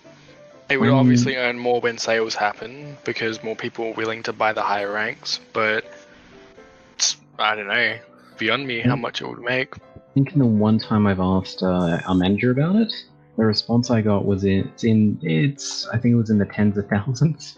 Like in a month, or? I think that was, on a monthly basis, yeah. I don't know I don't know the exact amounts, obviously, but this is based off what I heard. So I'm gonna say, if that's the case, then I need to talk to Casey and see if he needs a 6th server going on soon, because I will host the shit out of it. You're on your own with that, Tyler. Come on, Nick. You could be my head admin. That does lead me to a question that I'm blanking out on now. How many? Okay, yeah. So just for my own knowledge, how many active member users? I could probably answer that myself. I could leave it to them. Concurrently, I typically see between 200 and 250 between the 5 servers. Generation specifically, it can range anywhere between 30 and 50 on a given day, a little bit higher during the weekends. Things have gotten a lot quieter. Generations used to run 120 people max daily, and then the max got put down to 100 and would still run max. Most servers were doing really well for a while, and it was kind of just the whole network was really up. A couple of years ago, it was up as well. It's just like it fluctuates all the time. Like we have really dead periods, but then we have really popular periods. It's really frustrating. There was some stuff that happened recently, which obviously has put us on a bit of a lower end for now, but I imagine we'll spike back up again. Right. So we're technically in a Pixelspark depression right now, so to speak. Mm-hmm. I guess, but you've also got to remember there's a lot of new games coming out now. People are going back to school, that sort of thing. Yeah. True, that is true. Because it'll probably be something like Overwatch, where for the most part you could just jump back into it any time, right? As long, yeah. So that would make sense, because right now with all the quote unquote bigger games coming out, and then school and work and stuff, and then so probably around the holidays it might spike up a little bit. Yeah, the holidays is one of the most popular periods. Yeah, kids. I may just whatever. That makes sense to me. Yeah. Well, you have this super lava gym now, so you can. Oh yeah, challenge the super lava gym. Is that what we're gonna call it? That giant death cube that I got the battle pine once, and then he refused to play me ever since. Good times. do you know how the money gets split, donation between the staff, the server costs? Because no idea. If I heard correctly, doesn't I think it starts with admin up that starts to get a small piece of the pie at that point? I don't believe that's correct. Oh, do you guys Pretty sure not it's only receive any? managers. It's just the as far as I'm aware, managers, it's really? only the managers that get paid. Oof. Managers and devs, obviously. Like devs, from what I know, do get paid nicely. Which I don't mind because it's all volunteer work. Like I don't help out or I don't staff to get paid. I just enjoy playing and being able to help others. No issue helping out as long as our ideas actually get listened to. That is very true. That seems fair. Yeah. There's been some changes that came in recently due to a lot of the things that we've been doing. Like, if you don't mind me taking over for a second here. No, go for it. Within what happened, I think it was about a month ago. We lost a lot of staff due to resignation of the old manager, but I'm not blaming anyone there. That was reasons happen, personal reasons. So you get the idea there. Like a few things that changed right then, and I'd say a couple of weeks, like a week or so after that, was our current price sheet was actually redone completely. Obviously, recently we got our entire tourney arena redone. And we've had new events coming and going, sort of thing. So there's actually been a lot of changes within the last month. When you're talking about the price sheet, you're talking about the Google document for the spreadsheet? The global trading system. Yeah. Okay, because it seems there's a couple of things that kept throwing me off that there's a couple issues I have, but it's more questions I'd also like to bring up on the side. You guys do enforced price ranges for Pokemon versus a free market style. I'm assuming it's just because either that's how it worked best when there was a higher amount of people, or that's just simply how it's always been. Was it always like that? Got really quiet for a second. I'll take over then. Basically, the reason we like to enforce the market ranges is so, we have special Pokemon like shinies, which shinies aren't really regulated that much, but it's more specially bred Pokemon like hidden ability Pokemon or Pokemon the more popular and sought after. We like to put a price market on them just so there is a flowing market, so people have always a cash range, and we don't have people selling really rare Pokemon just for $1 and just getting a quick buck and just being able to get it. Which would be me, admittedly. That would be. I would be like, battle prepared hidden ability Dratini, 10k a piece, baby. And then Mighty Mods are like, halt! You can't destroy the economy that's dead. You must preserve it. It's like, you foiled me. I guess I'm gonna throw him into Wonder Trade and see what happens. Which sadly, the Wonders Trade is the bane of our existence. Honestly, I was surprised because I flat out warned Pine. I was like, hey, am I okay to do this? And he was like, yeah, I guess. Well, he was like, why would you do this? Like, no one will buy them. We try to be a little bit strict on it, but there is actually some changes coming to the price sheet itself soon, so I'm not afraid to say that. We're actually going to be preparing for the Gen 7 prices as well soon, so... Ooh. Gen 7. Ooh, Gen 7, that's Sun and Moon, if I understand correctly, but I'm old. I can't count that high. We don't even have a date yet. It's just going to prepare for it when it eventually happens again. Right. Now, was there a point that Sun and Moon actually existed on the server, but then it went taken back down? Yes, it was way too glitchy. So they just put it back to Gen 6. Right, fair enough. Now, I believe there is only, and I could be mistaken on this, there is one Pokemon that's technically Gen 7 that is still in the game, if I understand correctly. Greninja Ash? Yes. The problem is, though, the only time I've seen it was during a gym fight for the water gym specifically. To get I can literally tell you right now if you want to know how to get it. Is it like you normally would in Pixelmon with fishing in the certain biome location? Yeah. In the swamp, I believe. Swamp in, I think it's 3 or 4 deep, 3 or 4 blocks deep water.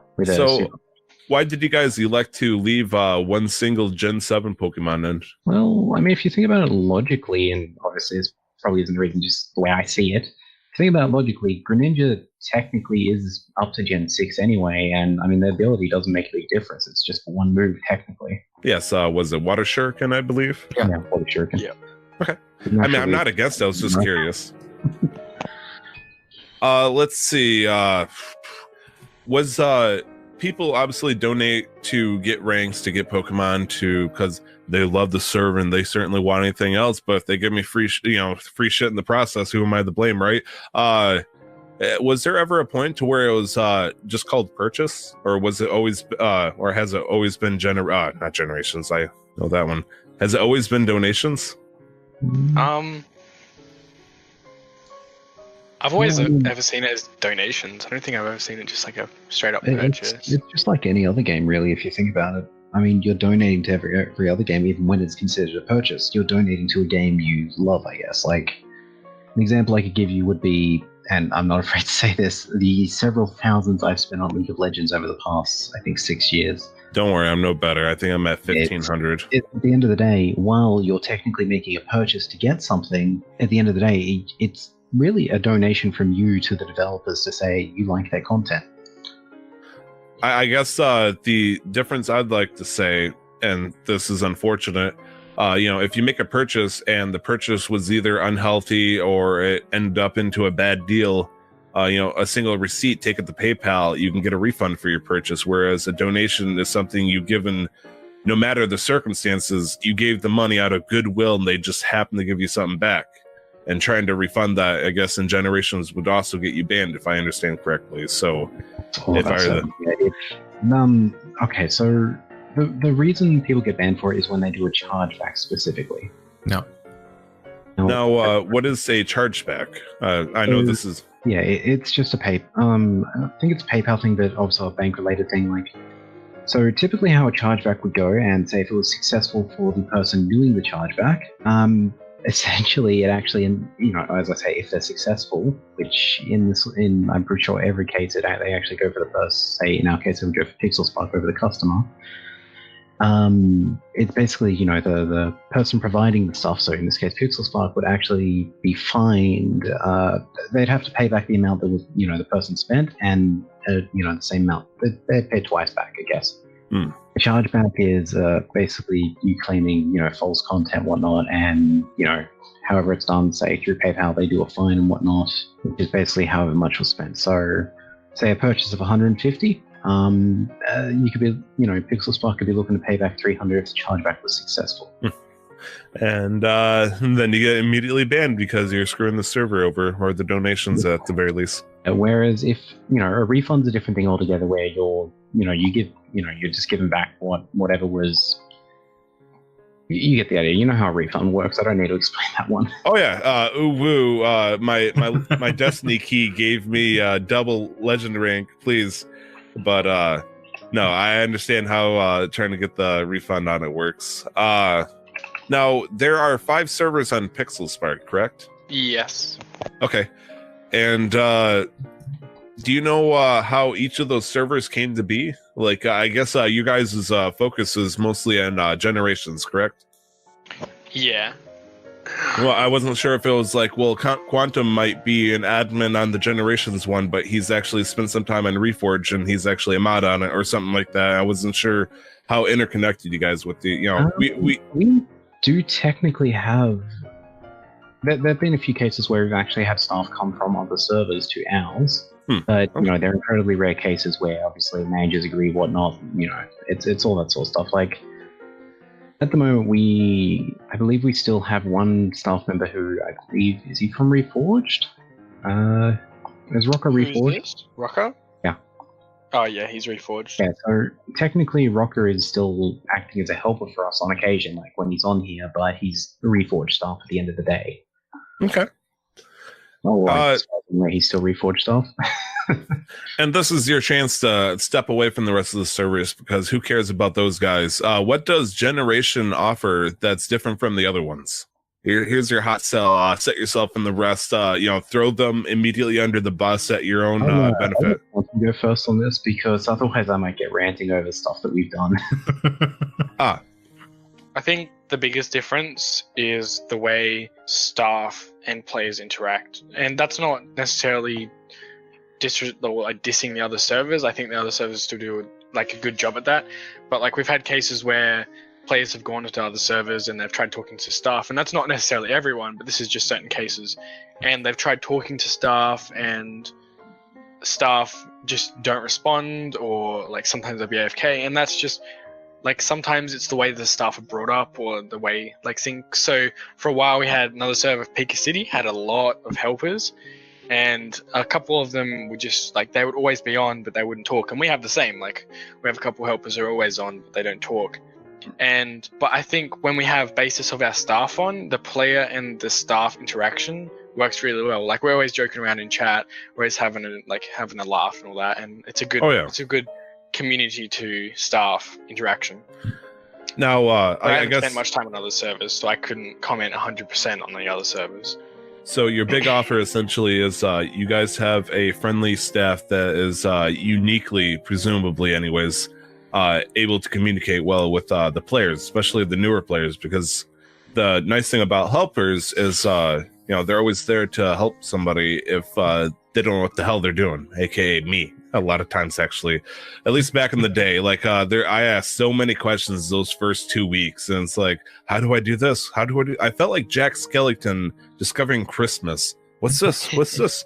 What's the breeding environment for this type? And it's like, okay, but what about you, Snow? Do you have anything else you want to add to that? I mean, Quantum covered a fair chunk of it there. Like, I mean, I could tell you the typical stuff, like all servers have their own unique communities, prices, markets, events, for example. Without giving out too many spoilers, like something we do have somewhat planned once I can talk to our manager about it again is basically our NPC gyms, which are going to be sort of a reference to the gym leaders from the games. Like Gen 1, for example, you have Brock, Misty, etc. Gen 2, you have... That's awesome. I can't remember all the Gen 2 leaders. Faulkner. I mean, one of our big differences, and it's actually something I've already mentioned, our spreadsheet is actually very different to that of other servers at this point. As far as I'm aware, other servers only have Pokemon that are, on the market, I guess, already. Whereas with us, we're trying to put in a baseline price for everything, like all the evolution lines. Right. It is a bit more to maintain, as if we take suggestions, people put in suggestions, we update accordingly. In terms of events, as I say, we've got a few ones coming, like the gems one I just mentioned. The NPC gyms is, I guess, the way you could put it down to, it's the generation gyms. That'll be nice. That way I don't have to drag Pine out of his crypt every single time to take him out in one of the gyms. It's still under discussion. I've got to discuss with other staff, of course. We're possibly going to be releasing a battle tower sort of thing, which can be updated on, say, a weekly to a fortnightly basis. Battle Palace, is that similar to Battle Tower for old farts like myself, or Generation 3? Yeah, the one that came out on the Game Boy, but it's sideways. But doing a whole Battle Frontier would be difficult. I play Pokemon on the Game Boy Color, and I'm still stuck on Pokemon Blue. I don't know what this Gen 3 is. Is that a color? Okay, well, in Generation 3, the post-game sort of content, there is, at least in Emerald in particular, there is something called the Battle Frontier. Personally, when I can figure out how to do it, I do want to eventually make a thing similar to it, where, it's a big area, a bunch of different things. I was about to sound even more ignorant. I was like, oh, Battle Frontier, that was a great anime section of Pokemon. Well, that's the thing. The Battle Frontier in the anime was actually, the same thing. Ash went through all the 7, main facilities. Didn't Ash have to fight a goddamn legendary bird in one of the Battle Frontiers? We don't talk about how useless Ash is. Okay. No, Ash is useless. I don't know how he made it this far. And then go look at one of the Team Rocket members. He's a real good trainer when it comes to his Pokemon. Yeah, he's a real exception to Darwin's theory at this point. Ash's peak performance, in my opinion, was Generation 4 in the Sinnoh League. And he got, I think it was, top 8 or top 4? And then after that, it just went all downhill from there. But yeah, plain and simple, we have events on the way, new ones coming, which are a bit of work in progress. They've been delayed a bit because of personal reasons that went on. That's all I really have to add there. I think Quantum can cover anything I missed. Anything on your end then, Chris? Or Quantum? Sorry. In reference to gyms? Just in just any other wrap-up things that you want to say that, generations rule, all the others rule, or some crap like that. Thinking about it, I think another one of our differences is in reference to events, and I don't know how often events are hosted on the other servers. I think they have 2 events a day. I'm not sure, or they're just completely random. But a lot of the times when I come on the server, at least this is me, when I come onto the server and someone, like, I'll just go in and be like, hey, what event is everyone on? Someone will say something, we'll do that event. And that's normally, like, I'll do at least that, like, every 2 hours I'm on. And I think that's another thing in reference to the staff to player communication. Nice. And I would like to vote to make healthy hijinks a legit thing because I made it and I love it. Hijinks? Have you not heard of my minigame Healthy Hijinks?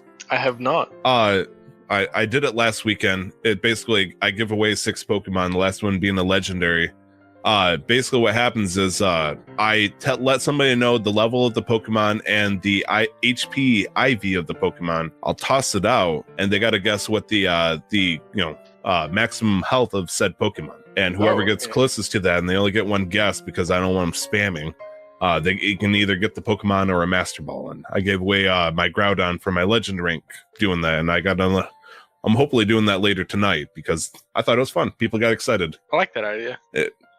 I wanted to be cool, just like Doc and the other people, but I couldn't make my own. I couldn't do who's that Pokemon, so I was like, I'll make my own. But let's see. Are there any staff members that are close friends or family? Any cousins, brothers, sisters that are like, we're mods together? I mean, you could argue that all Australians are family. that is true. A lot of us like to sit down and have a good drink or a barbie or something. But as far as I'm aware, we don't have anything really like that. Like, I mean, obviously, staff-wise, we most of the time get along very well. Like, we become friends.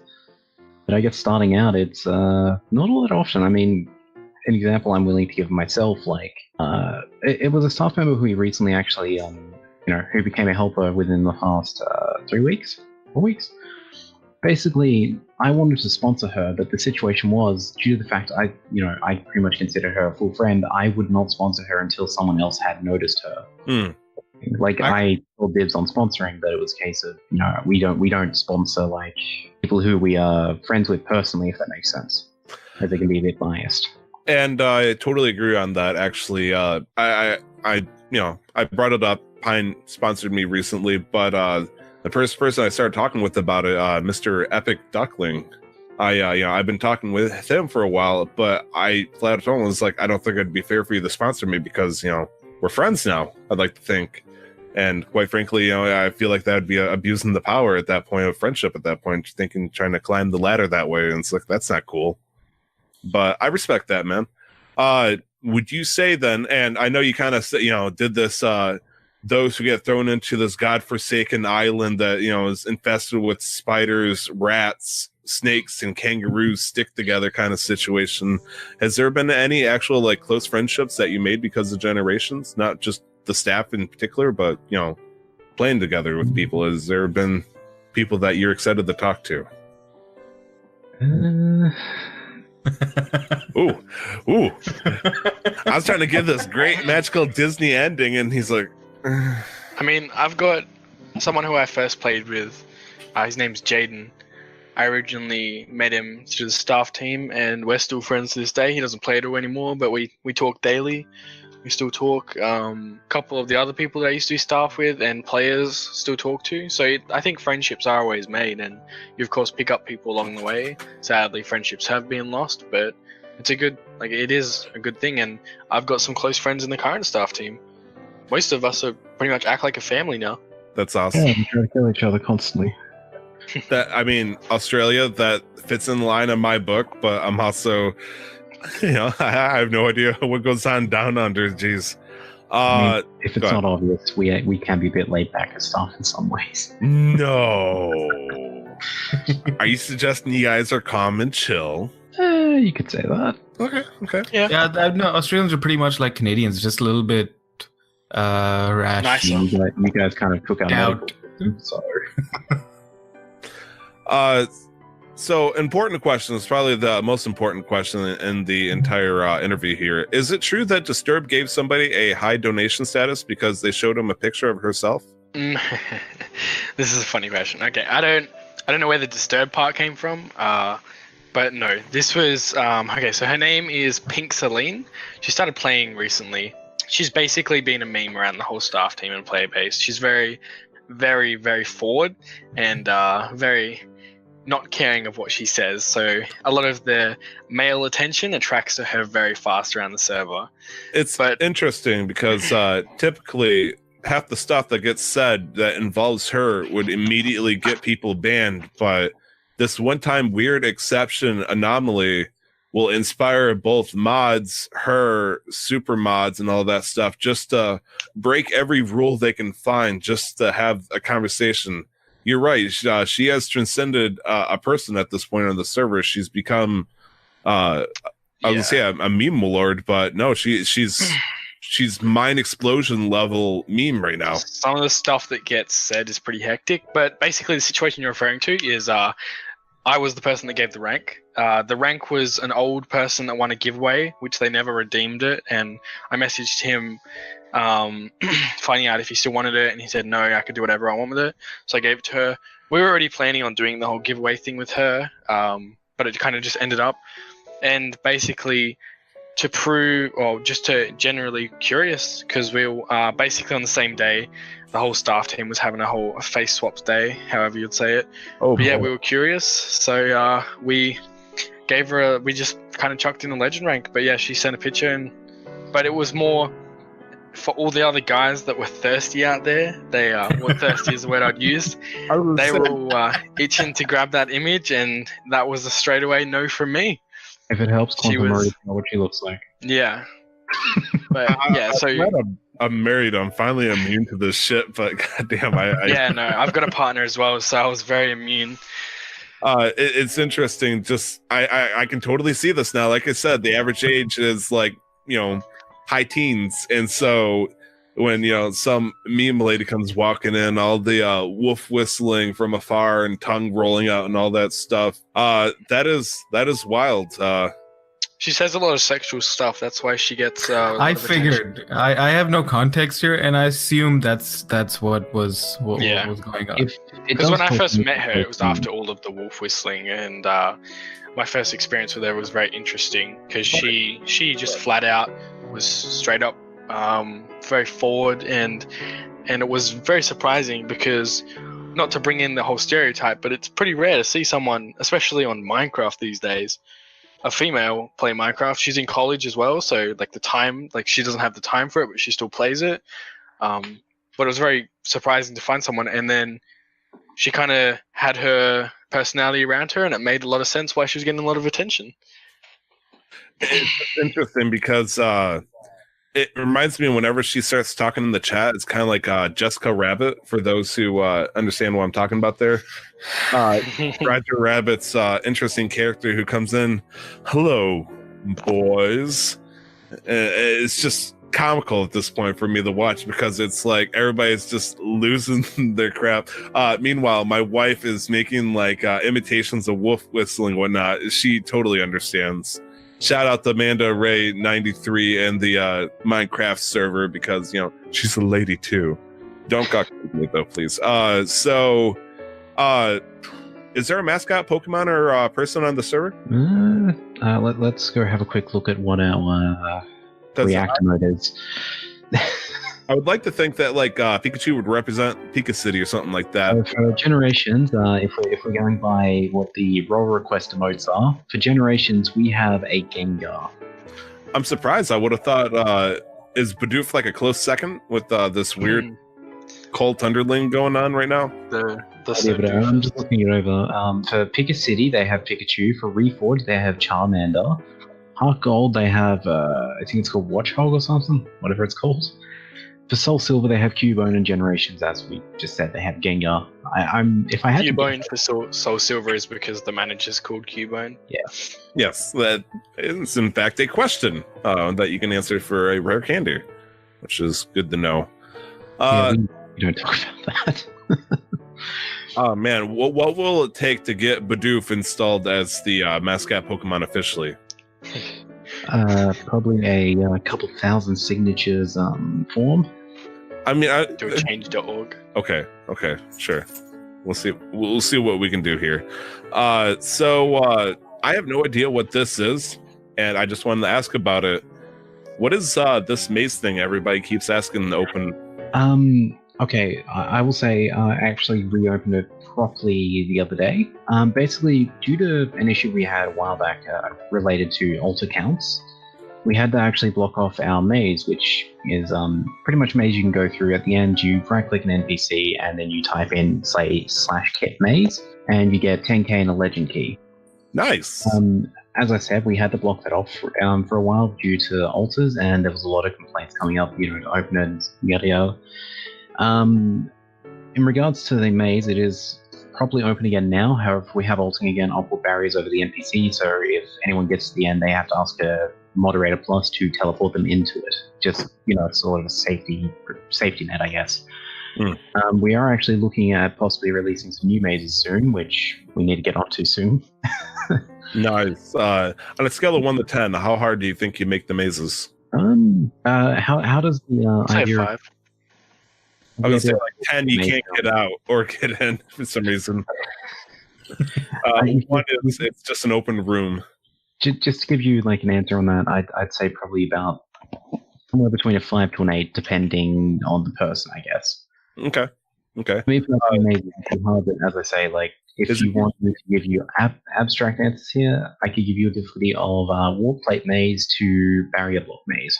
Oh, okay. So we're not talking like a square maze kind of situation here. We're talking like we're gonna do Psychic Gym from Pokemon Red and Blue kind of stuff, where you'll be bouncing around and guessing for days. Well, sorry, that will be a thing.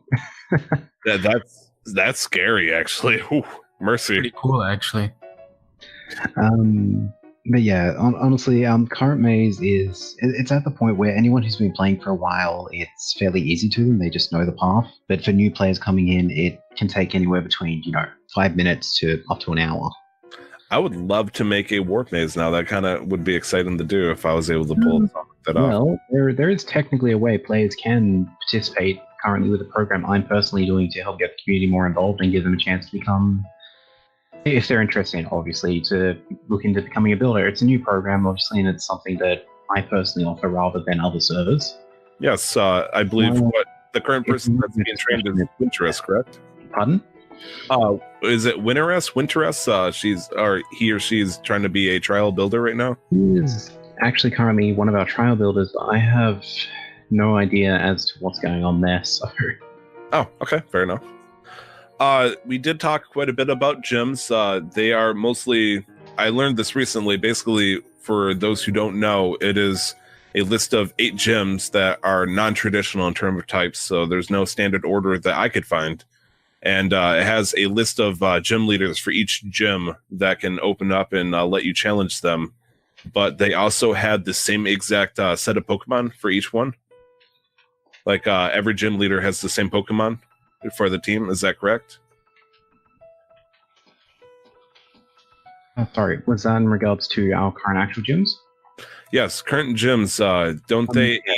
We have set teams, if that helps. Like, okay, so if teams that are given to specific trainers, like if you ever see a trainer in chat with the tag Omni, basically they can run all 8 gyms, whereas we have some that are like first 4, first or last 4, that sort of thing. In my case, I'm specifically flying.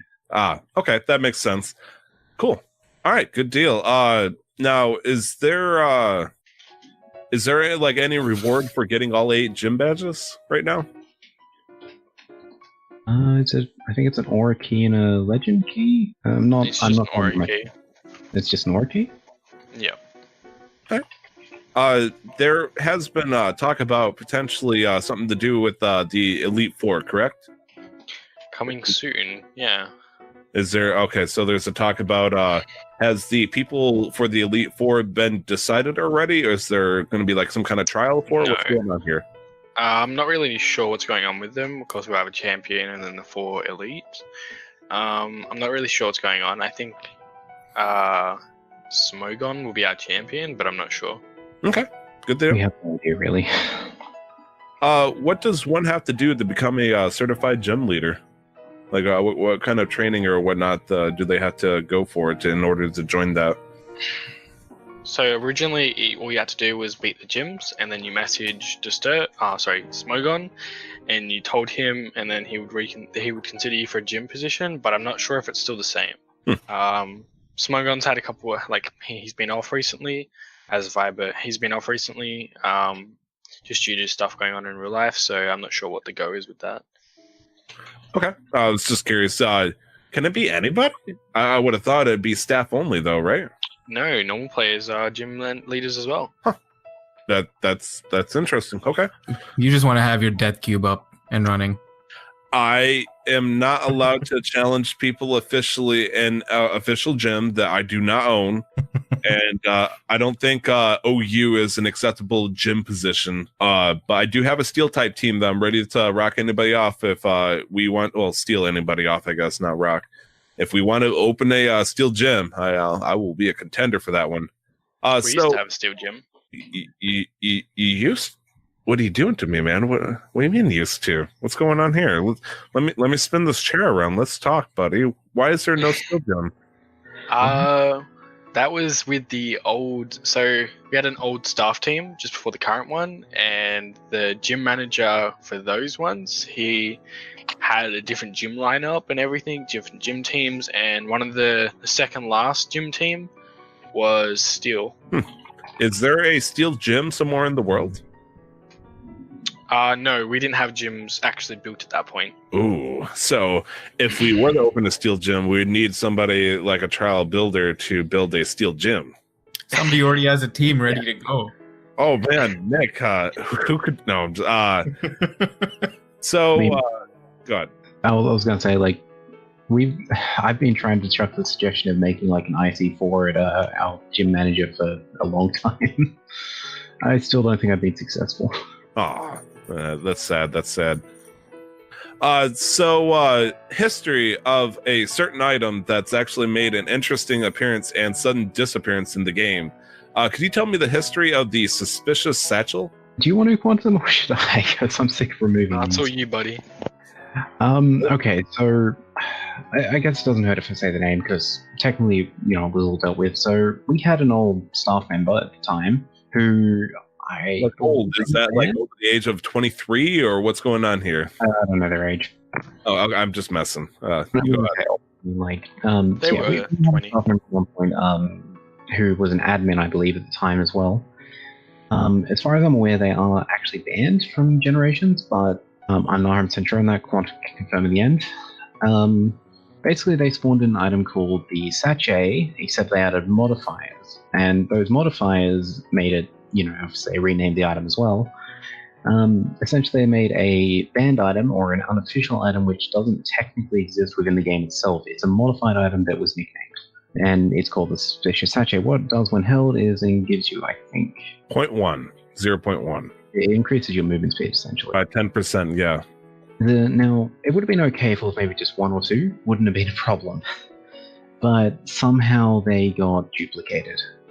Now, who has the ability to duplicate? Is that mod level powers? I believe it was actually duplicated by the person who created them anyway. But so yeah, we created a monster. As many as we could back then. They recently resurfaced, and we don't know where from. So someone found them in an old abandoned claim, and since then it's we've been doing our best to get rid of them again. From what I know, they are gone again now, but that is very true. Now, important question: can you check items that are stored in the backpack of a person? Asking for a friend. Yeah, you can. Okay. I'm just saying. So you can check me out. I'm clean. I gave up mine the moment I decided to speed around like Sonic during a drop party, and I caught the attention of every single mod, admin, and Disturbed. And, I mean, look at it this way. If Disturb said we could bring them back, I already know the command to recreate them. Wait, what's Oh, going he on? wants them back? No, I'm saying if, say, for example, we managed to convince Disturb to allow us to create an item that had modifiers, I already know the command to create those sort of items. Oh man, you got power and knowledge already. Well, that's the thing. Like, if you don't mind me going into a little bit of background here, I guess. Of course. Well, you're asking. Before this server, I was with another, not quite a network, but another, I guess, Australian server. We were actually called Ozcraft. Obviously, the name probably would have been taken by now, unfortunately, but that was what we used to be called, and then we got changed to Elemental Nations, and, you know, it's been up and down multiple times. Right. During that time, I actually got the chance to experience, like, more on the managerial side of it as well, so, you know, the high end of the sort of, I guess, side of the spectrum. So I do have experience with a lot of the plugins we actually still work with, even though they're on Sponge rather than Spigot. But yeah, so in terms of that, that's where a lot of my background, I guess, comes from. So knowing these commands is really not a big deal to me. It's sort of just something I'm used to. Have you had any notable players who were staff or whatnot that just simply disappeared, or they did something so ridiculous that they got demoted or banned? You don't have to name names. I'm just curious of stories behind this. Oh, that was Yeah, a we great have. response. What? And yes. So One big Good. situation I can go ahead and explain to you is the current staff team you see now is a completely fresh staff team, except for me, Hex, everyone else is new. like when you say new, basically- how are we talking here? So 2 months new. So Oh. like it was just a fresh team. I think it's 2 months. I might be wrong. It's approaching right now. Yeah, maybe a little bit longer, but around that time. Basically, before this whole fresh team, we had another whole team, a whole big team with Ranger as our manager. And basically, short story, Ranger resigned, everyone resigned. And it was me, Hext, and 2 others left over. And yeah, so we've had that situation occur. We've had our other previous managers just straight up grief the server. Yeah, we've had some nasty goes, but most of the time we come back from it. But mainly one of the reasons why the server is kind of dead right now is because of the situation that's occurred within those last 3 months. Now, I'm scared to ask this because I know once my wife is gone, she clearly plays a lot, actually, probably more than me at this point. There's been mentioned to me recently that you guys do a what I'd refer to as a refresh, where you guys wipe the servers completely clean, everybody loses their Pokemon and whatnot, and everybody starts from scratch. And Kinda. We have two. We have 2 types of them. We have one where, like you said, it's a fresh start, complete new reset. We do a new spawn. Everyone gets a player ID reset. The ranks stay the same. Everyone keeps their ranks and all that, so you don't have to rebuy them. But that's good. I guess we just do a build reset where we just change the spawn, the server, and people can keep their player ID, like keep their Pokemon, their money, and all that. I like that one actually a lot better. Just a heads up. It's Yeah, like I could kiss my gym goodbye, but it'd break my heart after working so hard to get that beautiful Scizor. Yeah, typically with the full resets, they only happen, every couple of years? We like to tell people that, but yeah. Wait, Okay. When you say we like to tell people that, is it because it's more recent? It than could that? happen at any time because we had to have a full reset, of course, when one of the managers griefed the server because it was just a big show. So it could generally they're supposed to only happen every couple of years because that's when they're needed. But if something in between that happens, which is bizarre as a manager griefing, then yeah, things can go down the drain and we have to reset from there. The market crash could also cause it, but Exactly. Is there no rollback ability by Atlas or anything like that if a manager were to go berserk, I guess you'd call it? There is a rollback, but I think in that situation they found that it was just better to completely wipe the server. Fair enough. Then I can actually find a title bell in one of those dungeon things. Mhm. Of a golden saddle. there's a kind of a new thing, actually. What's that? The title bell thing? Yeah, some of the dungeon chests, like, I'll be honest, the dungeon chests weren't even hunted until we realized that, yeah, they spawn in ones that have never been opened, because that's how dungeon chests work. So, technically speaking, probably most of them, if not all of them, have been almost completely picked clean, correct? Possibly. Apparently so, but they're still popping up everywhere. Yeah, it's freaking me out. It's like you guys probably are able to keep logs to see if anybody's trying to duplicate anything. So there's got to be a finite resource of this. Nick, for Our biggest trouble is X-ray. That's our biggest trouble. I totally understand that. That would be messed up. I guess my concern is I was trying to explain this to Nick for a second. Title bells, clear bells. Those are items that, when placed, has a chance to spawn Lugia or Ho-Oh, respectively. Right. And you can only find them by finding randomized chests in dungeons that are found throughout the wilderness. Right. Underground. On the ground. And so if they're created, when the server is first made, then that means there's a limited amount of them. So after hundreds upon hundreds of people do their wild scavenging, running across the wild, and then as I believe Quantum here suggested, troublemakers, and I know some people, I will not name names, that have done that shit, use X-ray vision to essentially be able to look through blocks, and there shouldn't be any left. Like, the price should be skyrocketing because no one has them anymore, but my wife has been able to buy them just fine, and it freaks me out that they've been able to stay permanent. It's like, what's the secret? The thing is, like, there's a possibility the price may actually go lower at some point as well, because we're still up in discussion about making some items more available to newer players as well.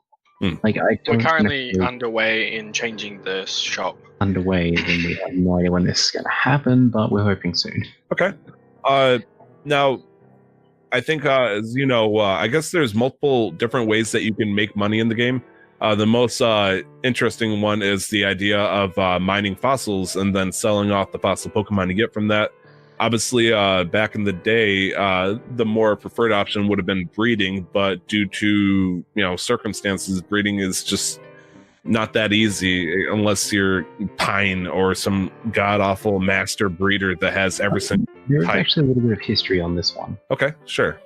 So, believe it or not, fossils weren't the best method. The best method was actually defeating wild NPC trainers. That would be interesting.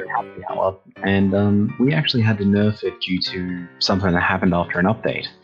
Where, for example, the rich boy sort of trainers? Yes, they'd give a butt ton of money. Yeah, there was a bit of an issue where, from personal experience and a few others, we were getting around about 100k from them. Okay. Go on. So essentially, we put in a nerf that put all the trainers down to a very low price, which didn't make any people kind of died out. It's like at this point, like, I have a swimmer sitting on my cube when I was trying to build it, and he won't move. And even battling him and defeating him, he'll stay there. And it's like, I can't even feel good because I won't get decent bucks from him. Now, as I might have implied a bit there, when I say there's a bit of history to it, it's because we're actually working in getting a proper fix to it at the moment. Cool. Actually, the other day, we actually made it so they start getting a decent amount again. Like, you can get up to 20k from any trainer. Nice. That would actually be fun. However, our spawn rates are what we're working on next. Our spawn rates for trainers are a little bit low. Wonderful. Okay. We're trying to get them at least to be equal with, like, fossils. I remember somebody talking about some way of trying to make money using sugarcane. Have you heard of anything like that? Well, Yeah. that would be Quantum's area. Was that Basically, the main way to make money back in the day was sugarcane farming, and not like automatic farming. People used to make, like, me personally, I used to have 64 by 64 farms of sugarcane, and I'd have them littered across the world, and I'll just go around, set homes at each one. While I'm doing stuff during the day, I'd go clear each one manually, and I'd get maybe like $1 million a day from these. Like, it used to be a really, really, really good method if you knew what you were doing and if you stuck to it. And obviously, at this point, though, that's been knocked down because I don't think you can sell sugarcane in any form, right?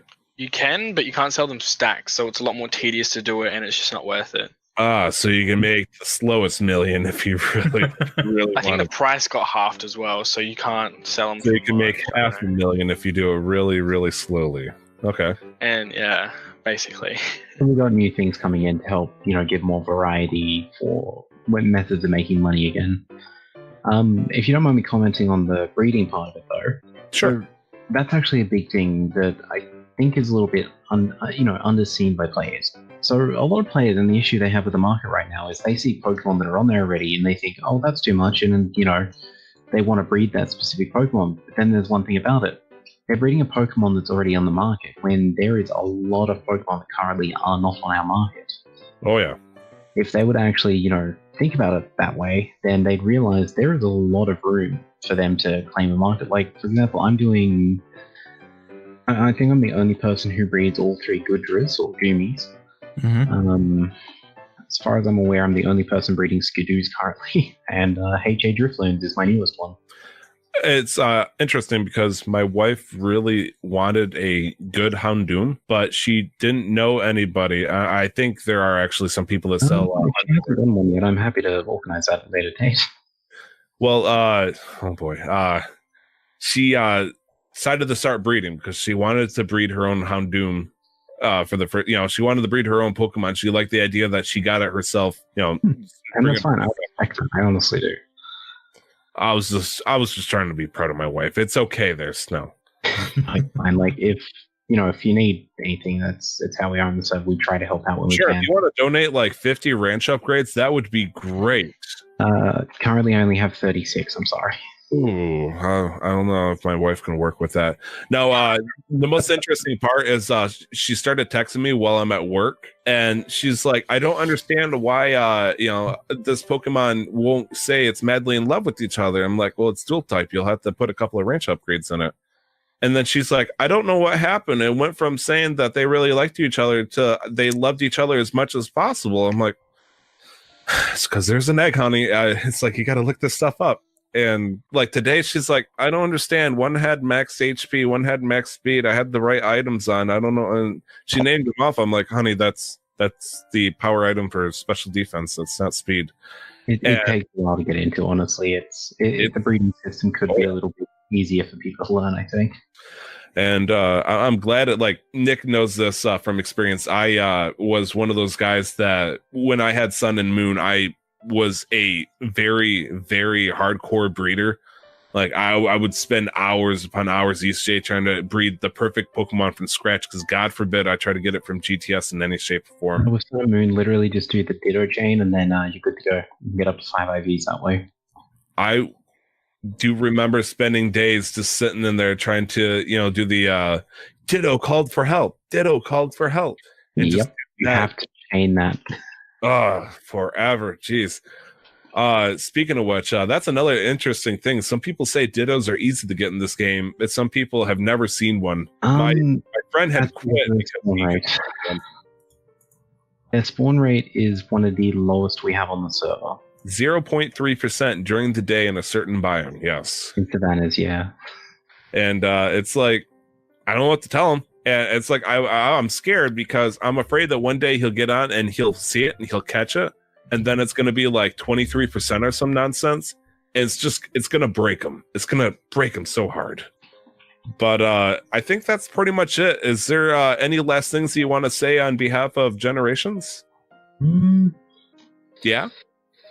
It's a tough one to say there. You're making a very hard case for the server right now. Come on, guys. Jeez. No. Honestly, though, like, players are, we welcome players to come and go. We're pretty laid back for the most part. We try to be lenient on some rules, but obviously people are, abuse that at times. And I mean, the fact that you still allow Tyler to play is in itself speaks of your leniency. Yeah, I guess you're right there. He's a bit of a troublemaker. It's weird because I remind myself when I play this game, it's kind of like I'm Flubber, the movie Flubber. Or if you leave me alone in the middle of the room, I act all calm and whatnot. But one accidental flick, and all of a sudden, I'm just all over the place. Like, hey, this, come on, talk. And it's like I get like super hyperactive, trying to get things going on, and then I'll immediately like, how's everybody doing today? Hey, when's that helper meme coming in? And it's You're really letting your age show through with that movie reference, Tyler. wait, I love the reference, don't worry. Flubber is a great movie. That came out last year, didn't it? Flubber is a fantastic movie, by the way. It's fantastic. Oh my god, it came out in Rest in 1990. peace, Robin Williams. It came out when I was 2 years old, Tyler. Oh my god. But yeah, in terms of generations, as I say, we welcome anyone for the most part. Just as long as you're, respectful of the fact we are technically a PG, server when it comes to chat and our rules. Obviously, verbal chat, voice chat, we can be a lot more lenient because, once it's said, it's gone. Whereas written stuff is. It can be seen by anybody for a much longer period of time. Yes. Yeah. I guess. Yeah. That's my opinion of it. Anyway, we welcome anyone, regardless of your gender, religion, whatever. We do not care. You're free to come on and chill with us, that sort of thing. What you can add on there? College ladies that are very open with themselves are very much welcomed by many of the staff, of course. Yes. Anything to say there, Quantum? Pardon? Quantum, are you asleep right now? I know it's like 2 a.m. for you. Is there any... No. I'm just quietly listening. Right. Okay, well, I guess my name is Tyler. Can I ask you a question, sir? Yeah. Okay, then, Quantum, is there any last things that you'd like to say about the server before we wrap up this interview? Well, in regards to the comment about college girls that like to be very open. Oh, did I say that and you just start getting like mind blank drooly faced and whatnot? What's going on here? No. If you I want think- to defend honor, go right ahead, man. Wait, what did you say? I said if you want to defend some honor or something like that, like the server is much better than that. We are open, we are kind, we are mature, we are respectful to everybody. We cleaned up the situation pretty well. It was getting real bad. No. Like, yeah, we had to monitor that because it got to a point where it was getting real bad. Like, do you know about club chat where you can have your own clubs and you can like talk separately in another place? Yes, I've Yeah. seen where it goes from normal general chat, like somebody will be like, "Hey, this person's name," and then it goes to club chat, like, "I want to do things that are very, very explicit and expletive." Yeah. And like, oh We had god, to stop that real quick because that was getting to a point. Although apparently it still happens, so I'm gonna have to get out my oh, it doesn't happen. Yeah, I mean, if anything, I wonder who's more strict out of me and Quantum at times when it comes to actual staff. I mean, you guys do say you're laid back, but then it's like you see chaos going on, and then you look over to your left and you see the sign that says all the rules on it, and you're like, all right, here we go. Let's do this. Big face, big face. Happy time. Yeah, that's why I say if you were to just, I guess, to help wrap it up at the end here. If you were to put it down to me or Quantum as to who's more strict, it depends on what you're looking at. If it's GTS, it's probably me. If it's actual rules, that's a tough one. Also, I'm very glad that you did not yell at me in my Dratini posting today and setting it at 25,000. That was not BP. That's I would love to put it at 25. We're easing up a little bit on GTS. We're going to be changing the prices, as I said. Lots going to change again. On the other side, I do feel like an idiot because it was at 99%, and the only thing that had a 30 was in a pack, and 10 tokens for 20,000. It would have been, I could have put it at 55. That's besides the point. That's okay. Whatever. Okay. Is there any kind of social media that you guys want to plug in before we wrap this up here? Plug social media? No, I'm all good. Okay. No, I mean, there's a website, but that's probably about it. I'll post the Discord link and a link to Pixelspark, particularly Generations, to get some interest in the show notes. That way we can pass the good word on. I think that's it then. This was Tyler hosting this interview. That was Nick with the witty commentary at the end, and said all of 15 words. That was Snowfox, the very active one, the Quantum who was sleepy thinking about college girls one, and I think that was it for the interview. Any last words before we cut the cord here? Thanks for watching, listening, whatever you do with podcasts these days. Yeah, I usually sniff it. Thanks for listening. Not a problem. We'll talk to you guys later. I'll take care of the hard part. Let's get it on. I want to be the best there ever was. To be beat all the rest. Yeah, that's my cause. Electro, Diglett, Nidoran, Mankey, Venusaur, Rattata, Fearow, Pidgey, Seed King, Jolteon, Dragonite, Ghastly, Ponyta, Vaporeon, Poliwrath, Butterfree. Catch 'em, gotta catch 'em all. Pokemon! I'll search across the land, look far and wide, release from my hand. All right, that was Snowy and Quantum. Man, aren't they the best? That was fun. That was really interesting learning about all of that. Man, it just felt like I just heard him like 5 seconds ago. For those who don't know, Snowfox, Quantum, good people. We had fun with them. Snowfox. I'm sorry, I kept saying Snowy because. Well, it's because I always called them Snow or Snowy. I never called them Snowfox. That makes sense. Yeah, that makes sense. I always, mind you, I always thought it was Quantum Wolf and Snowy, and I'm like, Quantum Wolf. You know, Quantum Wolf and Snowfox would be like cool alternative names to like the Star Fox crew or something like that. Isn't Quantum Wolf a prominent figure in the media somehow though? Like that seems very familiar. Now, Snowfox, when I think of that, I just think of a lowland Vulpix, but you know, each his own, right? Right. All right, so we've got all of that wrapped up. It's been quite an episode already, so we're gonna run through a lot of these game releases. But we have some big names on this list. So it is November 12th. Coming out on the 13th of November, we have the Spyro Reignited Trilogy coming out on PS4 and Xbox One. Amanda's excited for that too. Anybody, nostalgia is a powerful thing, and I never actually played any of the Spyro games, but I'd be down. I really sucks would because it did not come out for the Switch, the one home No, console. it did not. Rip. Yeah. Coming out after that, Fallout 76, November 14th, PS4, Xbox One, and PC. The game's already been out though for about a week. If you pre-ordered it or you did something extra, you suck somebody's dick to get extra super special early access. People my methods, you jerk. People are able to continue playing from the beta, and they don't actually have to start over, so they just keep whatever progress they made. Wow. Yeah. Good on them, I guess. Jeez. Rewarding the people who pay more money. Fittingly, it seems fitting. But moving on from, I have no interest in Fallout 76. It also seems like honestly, I think the game looks like hot garbage. I really do. It doesn't look like anything different from Skyrim or Fallout 4. And it's been 7 years since Skyrim, and Fallout 4 pretty much used the same engine. And I'm not saying that they needed to reinvent the wheel in terms of graphics, but I feel like after 7 years of the same engine, they would have probably tried something new.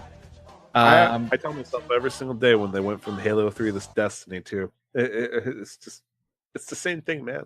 It's different, man. I swear, it's completely different. It's not Bethesda. I mean, unfinished. It's not unfinished, okay? Then we've got Battlefield 5 coming out November 15th, PS4, Xbox One. Same thing here with Battlefield 5. If you had the EA Origins Premier Pass or something, which you have to pay $15 a month for, you had access to this game starting November 9th. Now, this is interesting because Black Ops has been making such a big hit in the market. It almost feels like EA is creeping on the corner saying, hey guys, did you forget about old Battlefield 5? Battlefield 5 has had betas, and there's been a lot of buzz. They're going to have their own battle royale, but they are vastly different games. People have to keep that in mind. I've never played either. I've played Battlefield 1. That's a lie. But Battlefield 5 really also does not look much different from Battlefield 1. I don't know what they've changed, and I'm just not interested. The campaign is a little different, I heard. Black Ops 4 has no campaign. Battlefield 5 has a campaign, apparently. Battlefield 5 is getting a battle royale later on. I don't know. Not really. I don't care. I can't wait. I wish we had I wish I would get hate for these things, because it would just make me happy. But nobody's gonna say anything because people are kind of like, yeah, we agree, but we're gonna buy it anyways. It's still weird because so many people trash talk Call of Duty, Black Ops or Battlefield, say, oh, it's a crap game because all these people like it. As it turns out, it's actually still a pretty good game. It's just everybody likes it, and people want to hate on it too. So. Yeah. We've got Underworld Ascendant coming out November 15th on PC. I did not look this game up. I didn't look this game up either, so I guess it's a very popular game. We've got, and I'm going to talk about these next two games. I'm going to talk about the one that's not as popular. We've got a Sims 4 expansion coming out on the 16th of November on PC. Yes. Tyler, have you ever played a lot of Sims? Yes, a couple of things about this. Sims 4 Get Famous, you're going to have a new job system, such as, not system, you have new job routes, such as becoming an influencer. So, fantastic. You'll get the be successful on YouTube in this simulation of the game. Another thing that's also interesting about this, they're going to introduce a first person. You're going to be able to play Sims while looking through the eyes of your Sim, which I don't know why you do that, but you know what? That's okay. So, you're going to go make some woohoo with, your lovely girlfriend. All of a sudden, the entire screen's just going to get immediately censored. And They were so concerned with whether they could or couldn't that they never asked if they should. I want to sit here and stare at this guy cut himself with cutting onions. And then when I'm done, it turns into cereal. Great idea.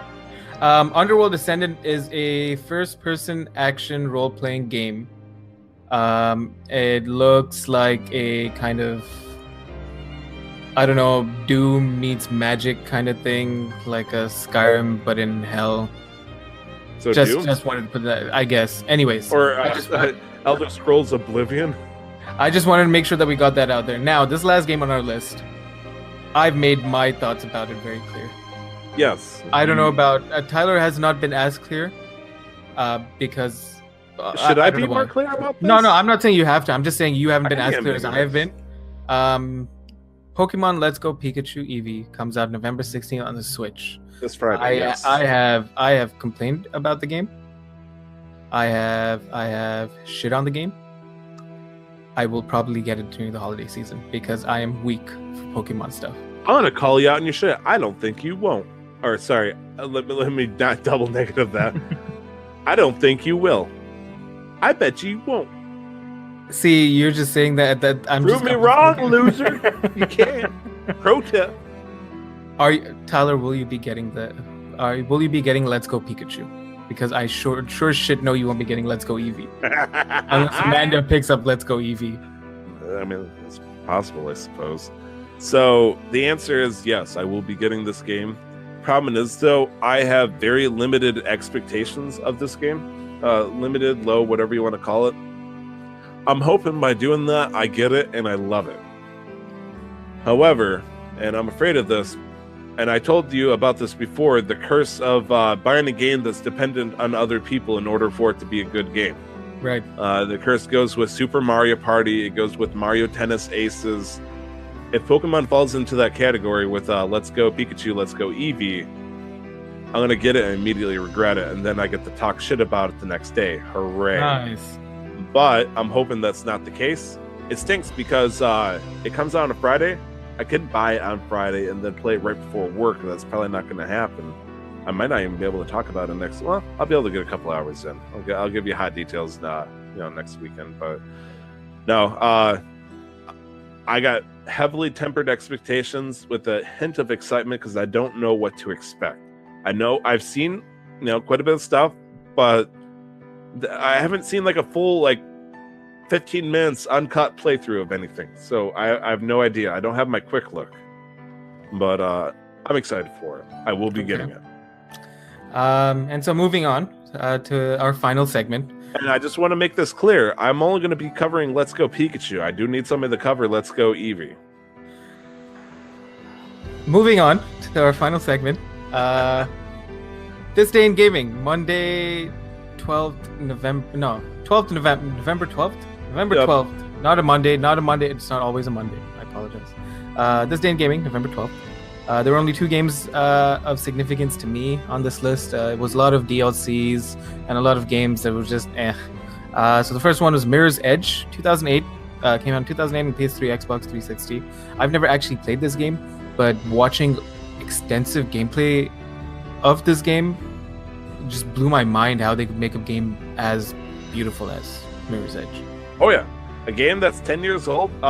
It might not age 100% well. Still holds up pretty good, especially any HD remakes of it. I did not touch the second one, unfortunately, but no, this was Mirror's Edge Catalyst. I think the second one was called something like that. But this game I guess the term fluid really defines it with how seamless it tries to be, and it does a good job with it too.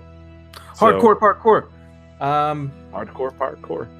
The second game on this list is very much significant to me. Ratchet and Clank Up Your Arsenal came out in 2004 on the PS2. Now, Up Your Arsenal, I believe, is number 3 in the series. And I played the fuck out of these games. I played Ratchet and Clank 2 Going Commando first before I played Up Your Arsenal. And it's one of those games where you finish the game, beat the story, and then it's like, oh, do you want to start over? But it's going to be harder this time. And I'm like, yeah, let's do it. And the games have a leveling system. The weapons have leveling systems. So you go from 1 to 50, I think, during your first playthrough. And then they level up to a final form. And then you can go even further than that and level them up to another form. So you go from like Saiyan to Super Saiyan to Rose, Gold, Black, Ultra level Saiyan. And that's essentially what I got all the weapons to. So, question. Yeah. Ratchet and Clank, what would you say is the average age group? I want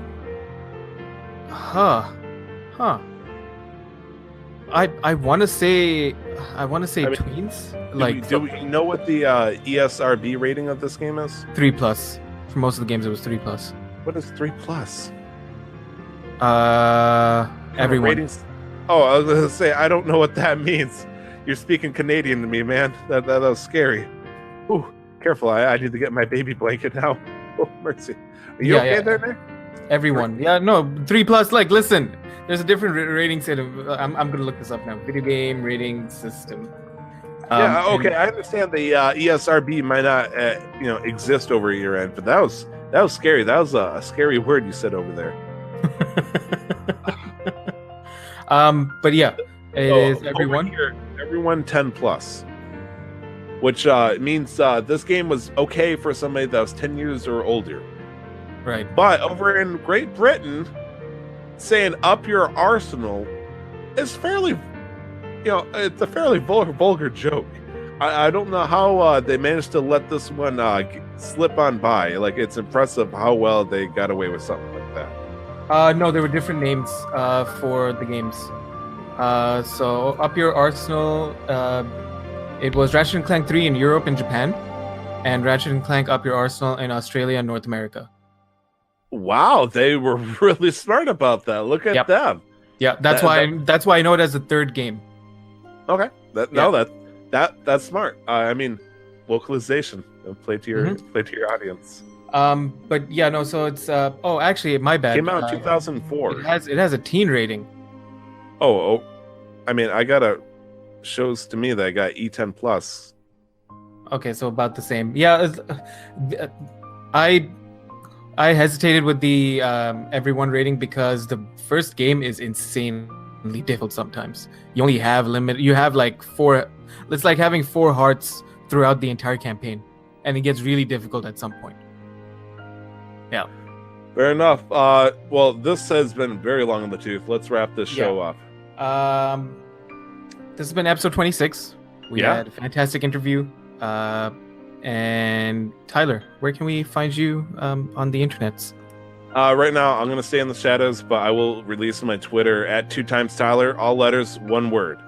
So 2times_Tyler. Right. So if you're ever concerned or upset with any kind of opinion Tyler shared, please use that. You can find me on my Twitch at twitch.tv/LRWarrior11. That's where all the praise should go, to at LRWarrior11.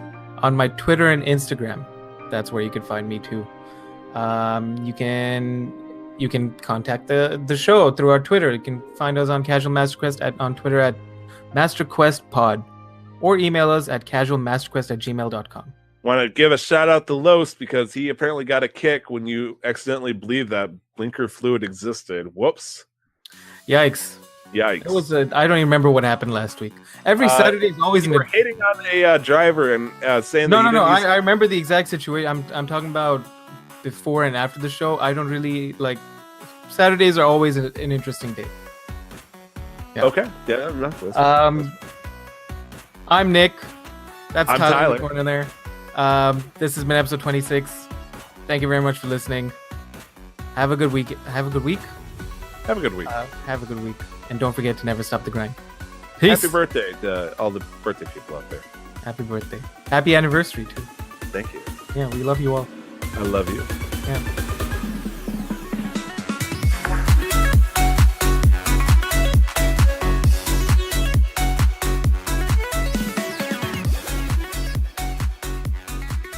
Find more of our work by searching for Casual Master Quest on iTunes, Google Play, and other podcast players. Check out what we'll be doing next week on Twitter at MasterQuestPod.